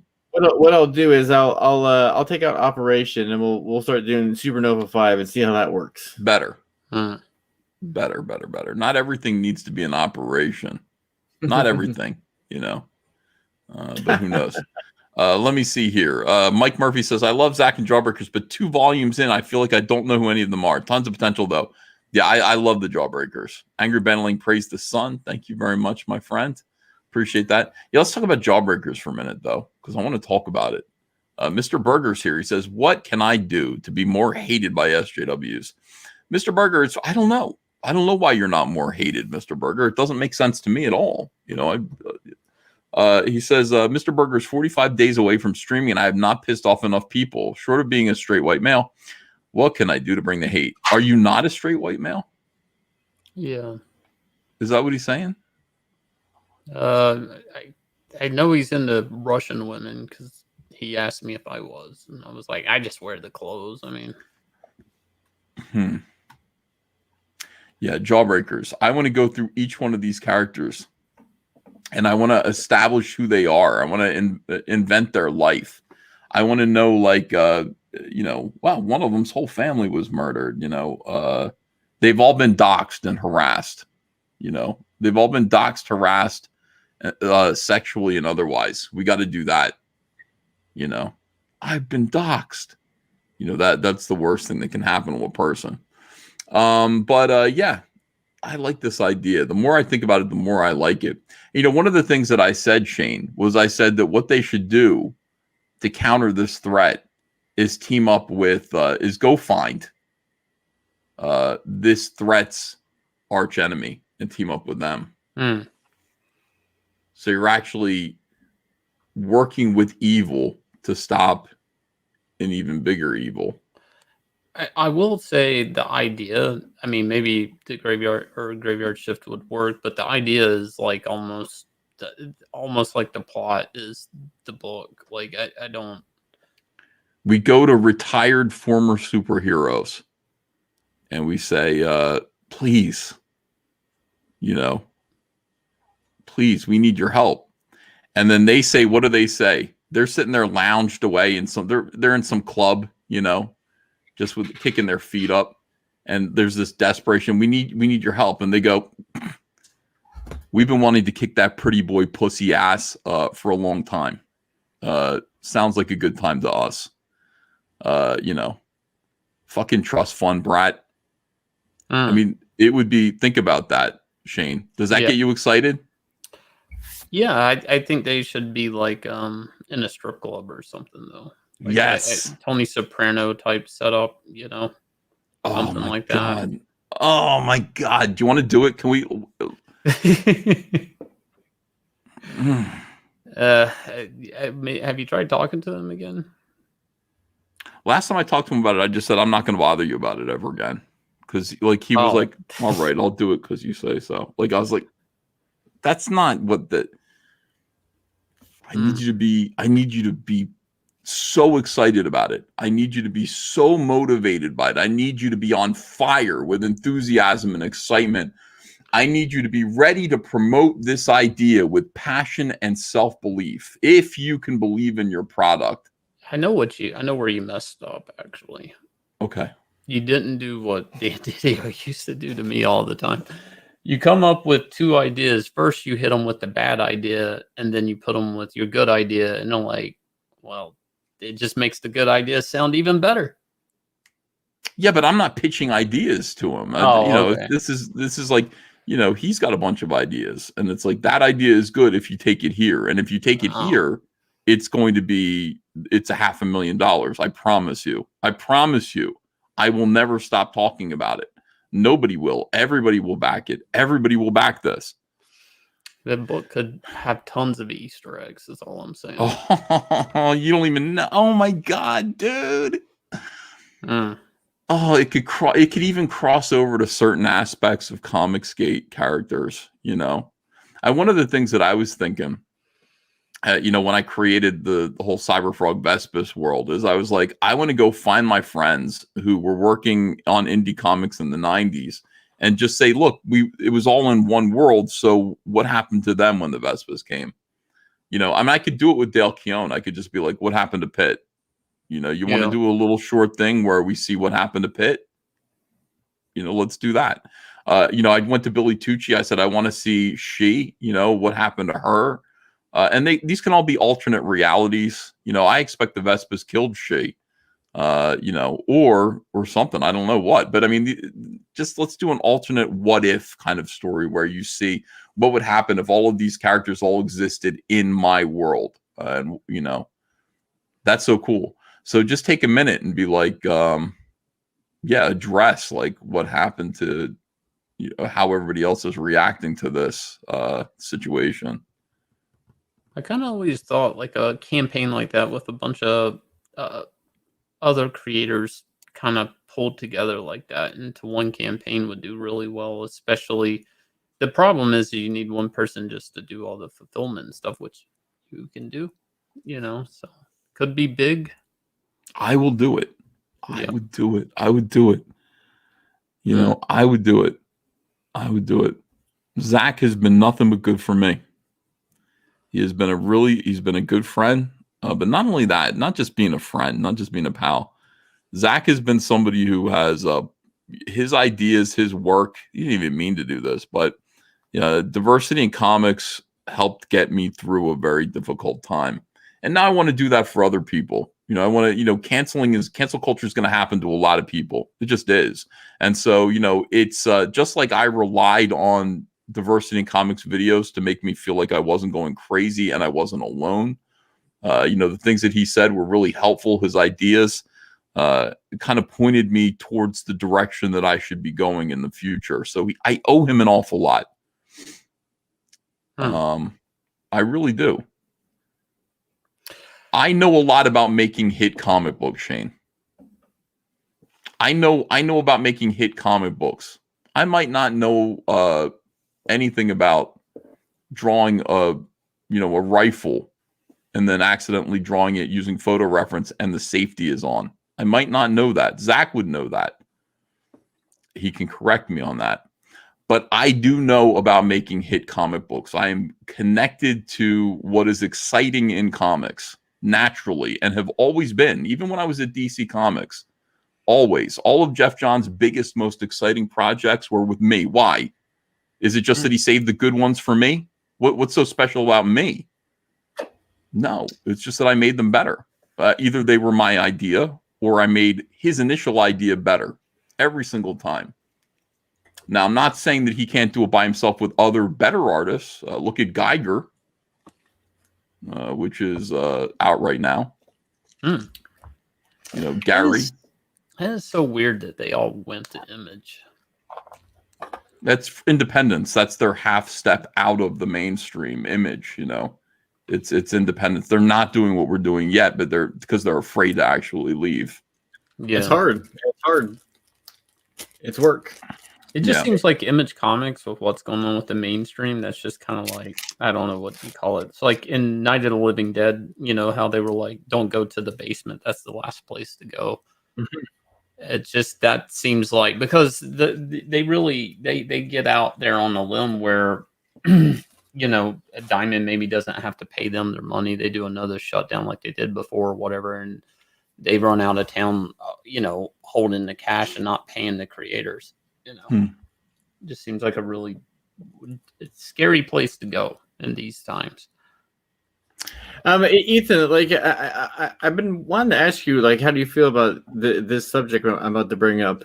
Because I hear people, always ask me, and it's like I've got my opinion on it, but I'm curious of what you think. I mean, CG is still kind of in its infancy. I mean, it's not even really it's definitely not 5 years old. It hasn't even been around 5 years. Like where do you see CG in 5 years from now? I can't control what other people do. I will tell you that I will always be Comicsgate. I will all Caps Comics is going to continue. This is going to go on. And because Comicsgate is just a movement that's made up of a lot of different people who are going in a lot of different paths, we've seen personality conflicts that have caused all kinds of crises and hurt feelings and people splitting up. People have been talking about how Comicsgate is dead forever. Comicsgate as a movement, the comic book industry is gone. I remember Clint Sweetcast saying, a movement is like a tidal wave. It comes and it crashes on the shore, but it creates a lot of energy along the way. And what's important is what we build from that energy. So is Comicsgate still an active movement where it's like, we need to be fighting SJWs? For what? What are we fighting for? Like the mainstream is gone. Yeah. What's important is building something from this energy. What's important to me and has always been is just seeing what they're doing and doing something better, fixing it, making something that lasts. So the permanence of Comicsgate is just that I've adopted that, personally, I've adopted that word as meaning, it's my own personal struggle. It's my own personal belief system. And it guides and informs my own business. So I'm Comicsgate forever because Comicsgate means customer service first. It means keeping divisive,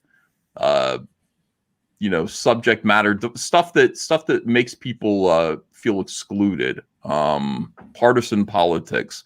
Try to keep that out of your comics because it's not good for business. That is what Comicsgate is. So I'm going to keep doing this. Where is it going to be in 5 years? I'm going to be 5 years. My God, who knows where I'm going to be in 5 years? If you had told me I was going to be here 3 years ago, it would have blown my mind. I mean, that's what I'm saying. It's like things are moving so fast. It's I always hear a lot of people like critiques about, well, can you do the campaign this way, or can you do the shipping this way or that way? And I'm like, this is all kind of like new for everyone. Like everyone is still trying to figure out exactly how to do this the best way possible. And what's great is it's like there's so many different like groups, that have their own little publications in here. So it's like everyone's doing different things, and it keeps it interesting for the readers. Like the way John Malin does a campaign, the way I do a campaign, the way you do a campaign. It's like it's like it gives people choices, and different adventures. People will appreciate this because you grew up with siblings, but also I think people should take note of people to the left of you and right of you and learn from things other people do wrong.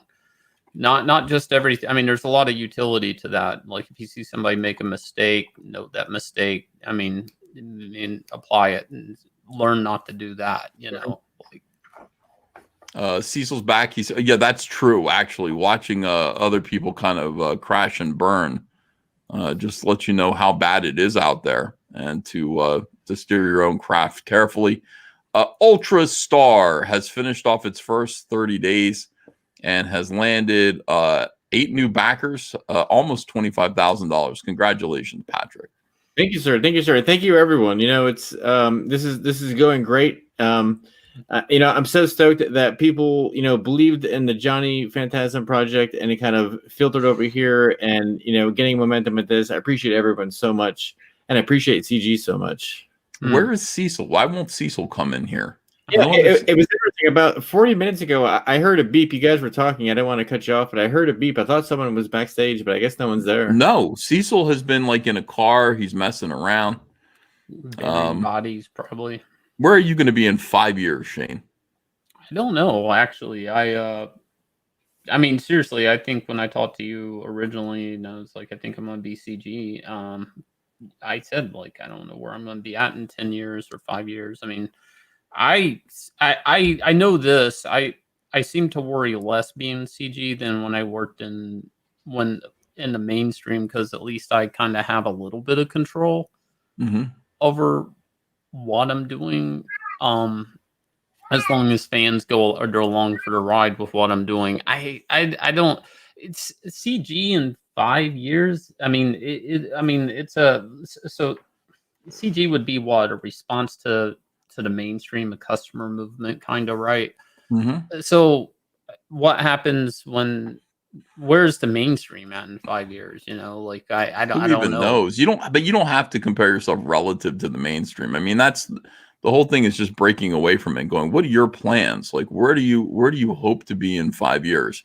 And it doesn't really matter where they are. If they improve, that's good. If they change their way of doing business, if they disappear, it makes no difference to me. It's like 5 years from now, I want to be a full-fledged publishing house with an enormous warehouse. I want to own some property that all caps comics warehouses will be located on.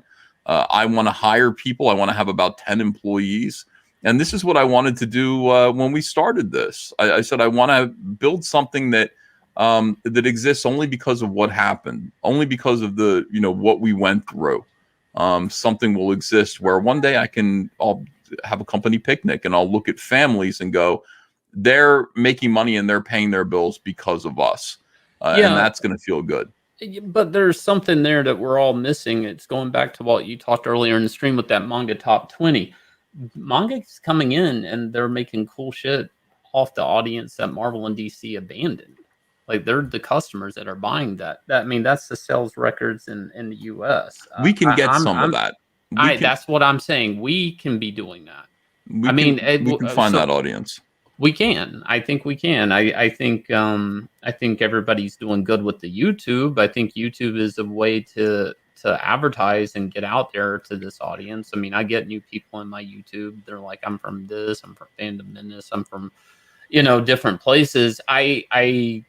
We have to, because manga obviously saw that opportunity, and this goes back to the sibling thing that we can see that Marvel and DC made big mistakes and they're paying for it. And, manga said, well, if you're not going to sell to these people, we will. And, I think that's kind of what everybody's doing in Comicsgate to some extent. I do think advertising's a big issue. I think we can get through it through YouTube and stuff. I think, just being active, being out there in the community, stuff like that. I think Comicsgate could grow in 5. I think somebody was talking about just campaigns being, for the most part, people with previous campaigns were all doing better. And that's because they're getting out there and selling themselves more. Yeah. They're getting out there selling their product more. And I think as long as people are aggressive, I want people to the left of me and I want people to the right of me to succeed. I want me to succeed. I want everybody wants everybody to succeed. It's just you also have to do something about it. You have to put in an effort out there and stuff. And I think in the best way, this is all competitive. It's like who's going to get out there and talk about their product, talk to their fan base, sell their product. If everybody's out there and we're all doing it, we can. I think we could all be doing great in 5 years. A lot better than we are right now. Ethan, you've had tremendous growth. John closed out the Graveyard Shift variant. I was on with him, and I don't have the numbers for the Huerta campaign, but he beat it. He doubled it. I'm sure he doubled the Huerta campaign. But Comicsgate's successful as long as first of all, there's an independent movement that focuses on customer service first, and I'll just say customer service because that includes keeping your bullshit partisan nonsense out. Basically, the opposite. A movement that exists in reaction to behavior such as is displayed by Kelly Sudaconic in that video, where independent comics can succeed and people can make stuff without having to worry about, racial insensitivity courses like the one we were just looking at Disney. We have to have something that exists outside of those margins. We cannot allow the world to be completely dominated by social justice warriors and all of their racist bullshit. We just can't. We got to have something that allows artists to be non-PC. So I think it's going to be here in 5 years. Of course, I don't know if it's still going to call itself Comicsgate. I always will. Yeah. It's going to be interesting in the future if it's just like this is just comics. It's like the mainstream just completely dies away, and it's like remember when we used to call ourselves CG? Now we're just the comic book industry because everything else went away. I really think that one day people are going to look at Superman and Batman, and they're gonna see like Elmer Fudd and like Bugs Bunny. Like it's gonna be old cartoons. It's gonna be old IP that they just don't know what to do with. Yeah, and they're gonna need like some hot LeBron James Because, or like, something to roll look, up to do Looney Tunes. Think about that, Looney Tunes, right? They need LeBron James to do Space Jam's. What is it? 2, 3, 3? Just no, they did a 2 with Brendan Fraser. I think it's Space Jam's 3. oh, really? Yeah, yeah. Or maybe I'm mixing that up. Brendan Whatever. Fraser. They have to. They depend on an athlete to sell Looney Tunes because they don't understand intellectual property anymore. And Yeah. then they're sitting here canceling Pepe Le Pew or whatever. And that's exactly going to happen to DC Comics characters pretty eventually, right? Yeah. I mean, this is a weird con I went to. I went to Italy, and we went to Pompeii, and I was with manga comic artists, and I was with Italian comic artists, and I'm the one American comic book artist. And this weird moment where I was making talk with this Italian guy, and he's like, yeah, the problem with the American comic book industry is you guys invested so much into superheroes. And I'm sitting here in what used to be, the city, what would have been in its dust. And I'm looking at people, literally you can look at Pompeii victims like in glass cases, right? And I'm looking at them like, wow, to stand somewhere where it can all be over just like that. And that always sat in the back of my head. And I was like, why is everything superhero comics now? Not saying it shouldn't be, but the mainstream comic industry, DC Comics used to have war comics. They used to have science fiction comics. And now everything's just superhero comics. And it's not selling. And they mishandled the superhero franchise. Plus, superheroes can be destroyed just by a shitty Brie Larson's movie. Think about that. Mhm. That's all it takes is her to rattle off something stupid as they're putting everything behind her. It's like we're so vulnerable to just politics and everything. And I don't know. I think like being I don't know. It's just weird. To watch the American comic book industry die is a weird thing. Soon I'll be publishing Shane Davis. He's gonna, It's gonna wear me down. Soon I'll be publishing Jawbreakers, and I'll make Zach do it. This is the whole thing. My goal. People say, "Where do you want to be in 5 years?" I want to be making all of Zach's choices for him in terms of publishing. That's my ultimate goal, is to tell him what to do, and then publish. Write this, and then make millions and millions and millions of dollars for your boy Zach, and not let him do the things that he wants to do. That's my goal. You call that selfish, but my goal is to completely boss everyone around all the time. So I'll be publishing Cecil. No, not Cecil. I'll publish John Malin, not Cecil. For Christ's sake, what was I saying? I am sharing something that Cecil would like us to show off. I don't know if you want to see it or not. Come on, Jesus God Almighty! I think you should publish this. I don't know why you would. This would be why a are you great going to gatekeep Cecil like that? Come on. Oh my God, we gotta have another auction.